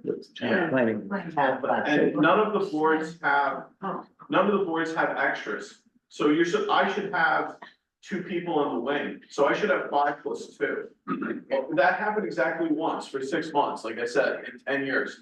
And so we have an issue too in the ZBA and the planning board, assuming it's the same, is that you have to sit, sort of learn how the meetings work and like to ask the right questions. And like, that doesn't happen. If you were so desperate for people, as soon as someone volunteers or is strong-armed into doing something, they're immediately voting, and it's not ideal. Especially when we're talking about important boards like the zoning board, CDA and the planning board, like those boards people should be fighting to get into those boards. No one's fighting for any, if you want to join a board, they'll let you in. And people are like, if I've been doing it for 10 years, I'm ready to be like, oh yeah, I could go. And if I go, there'll be 3 people, and then the democratic process stops. So one of the things that people don't understand about these boards is when you go to 3 people, you need a majority, everyone has to agree. So that means we're no longer a democracy, we're a dictatorship. And I've canceled I've pushed meetings back because I hate that as a person on board. I've been voted against 4-1, and I'm fine with that. I like democracy. I don't like when I'm in a position where if I say no or I say yes, that democracy ceases to exist. 2-1 means you won, but you don't. And so right now I have 4 people. If one person's absent, we go to tyranny. And, people get sick, people go on vacation, and this is a huge problem. And my board is every board. We just started a police commission. We have 2 volunteers out of 5. People want to volunteer for boards. If I could offer a perspective to Alan's point, and thank you, Sean, because it's aligned with what you're saying. If there is a valid public question about if we were to combine 2 planning boards into one, how would we move all these projects through one planning board when there's already 2 busy planning boards? And I think it's a good question. One, as a person who's on the village planning board 7 of the last 10 years, one point is that it is, there are many things about the village code that make more projects come to the planning board than need to come to the planning board. Personally, I'm trying to build a very small deck in the back of my house, and I'm on the planning board agenda next week, and it doesn't need to be the case. So one is we've been doing code revision for the past year, slowly, but we have been, because one of the goals of the code revision is to have less projects land with application review, which involves, as you know, a full site plan, a meeting, a public hearing for my little deck. So that's one thing, is we need to do code review because it would lessen the number of projects that need to do site plan review. And secondly, if we were to combine the village and the town, we would have a more robust planning zoning department, which could also expedite projects through the planning boards in ways that today they just move kind of slow. It's like, I don't have exactly the answers to what the workflows would look like that would make it better, but I would imagine if we had more capacity in those departments because of combination, things would move more I think, effectively. Tim, you probably know a lot more than I do about this, but the history of that was that there was a weak building department. And because of that, the planning board said, we need to have authority so these bad things don't happen, because the building department's not taking care of things. But if you have a strong building department, then the planning board could take a backseat and handle their. And if we have stronger building department, we'd have more revenue, we'd have more inspections, we'd have people following through on things they promised to do to their homes, but then don't finish, and we still have to live with them half-assed. We'd have less tearing down buildings that don't get built. We'd have a lot of things going better. And so our very lean planning zoning boards are part of what is the problem with the number of things that overwhelm the planning boards. And I think that consolidation has the potential to be a solution and to that. I'm amazed to hear that you have to go to the planning board to build it. Yeah, I think that the town, kind of, streamline a lot of that stuff under its Paul Brown signature. But in any case, I think it found something we really need to think about, and we've talked about by the public, which is we're gonna have up to 600 new apartments or units or whatever you want to call them pretty soon. And we are going to need more personnel in the building inspection department. So that is something that, as we grow, we need to start planning for. It pays for itself, we hope. I don't know if paying for your escrow for going to the planning board really will pay for the person who has to approve the permit, but it's pretty much self-funding.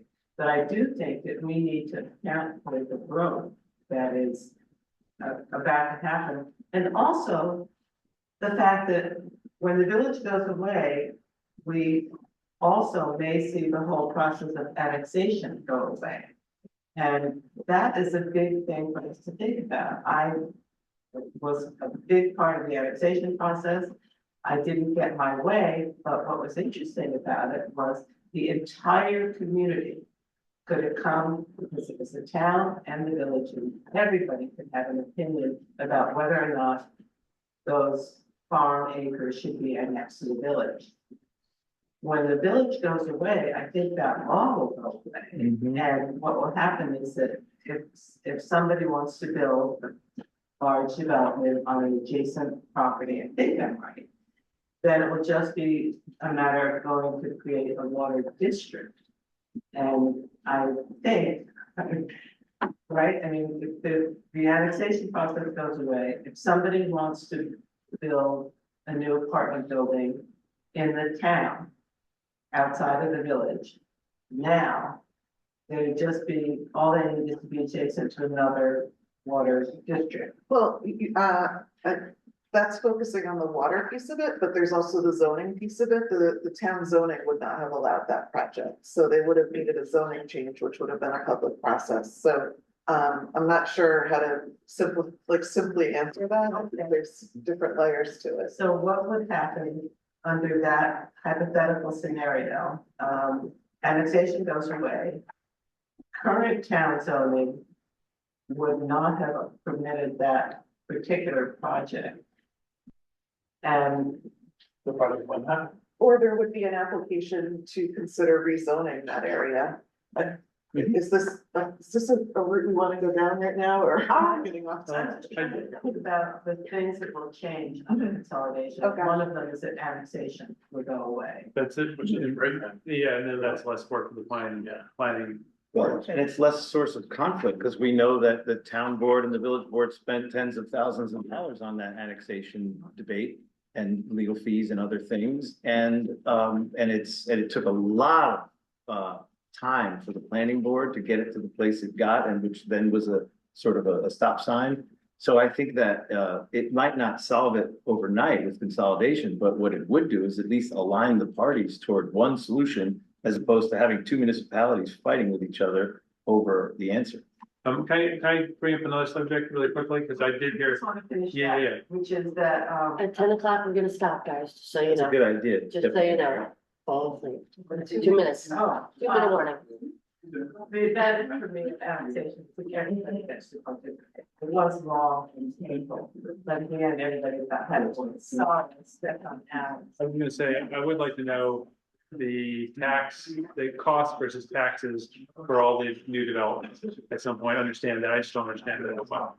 How that you are addressing somebody's comments, and I was like, well, I don't really understand the benefit of the tax revenue versus the adding cost to the town for those things. Good section. So I think The it's a building good, department generally works, it's like you want it to be cash flow positive. Yeah. But it's talking about taxes over time, so Yeah. the seeker review tries to address that. So you could read the seeker materials for any one of those projects and get a good sense of what we're Thank about. you. okay, so I think this was good. Are you all cool if we adjourn for tonight? Now, did we adjourn the public hearing at its conclusion? So I didn't know we had to adjourn it. Apparently we We've always learned that left them in the room hanging. Yeah, I prefer leaving it hanging because we're accepting Okay. comments 24/7, 8 Great. days a week in writing until the I love that. time, like 5 PM on August I 3rd. love that. The next time we'll have in-person comments is the 29th. So motion to adjourn this meeting. All in favor? Aye. Skip the thing. Rich. No, that's, we're doing our business tomorrow. This is what you have, I want to make sure it's what you have in mind, so that I get you answer things. Yeah, yeah, I'll leave my office. This is Here, let me, so this non-fire spending. Usually on fire later. I think that you're. The number that.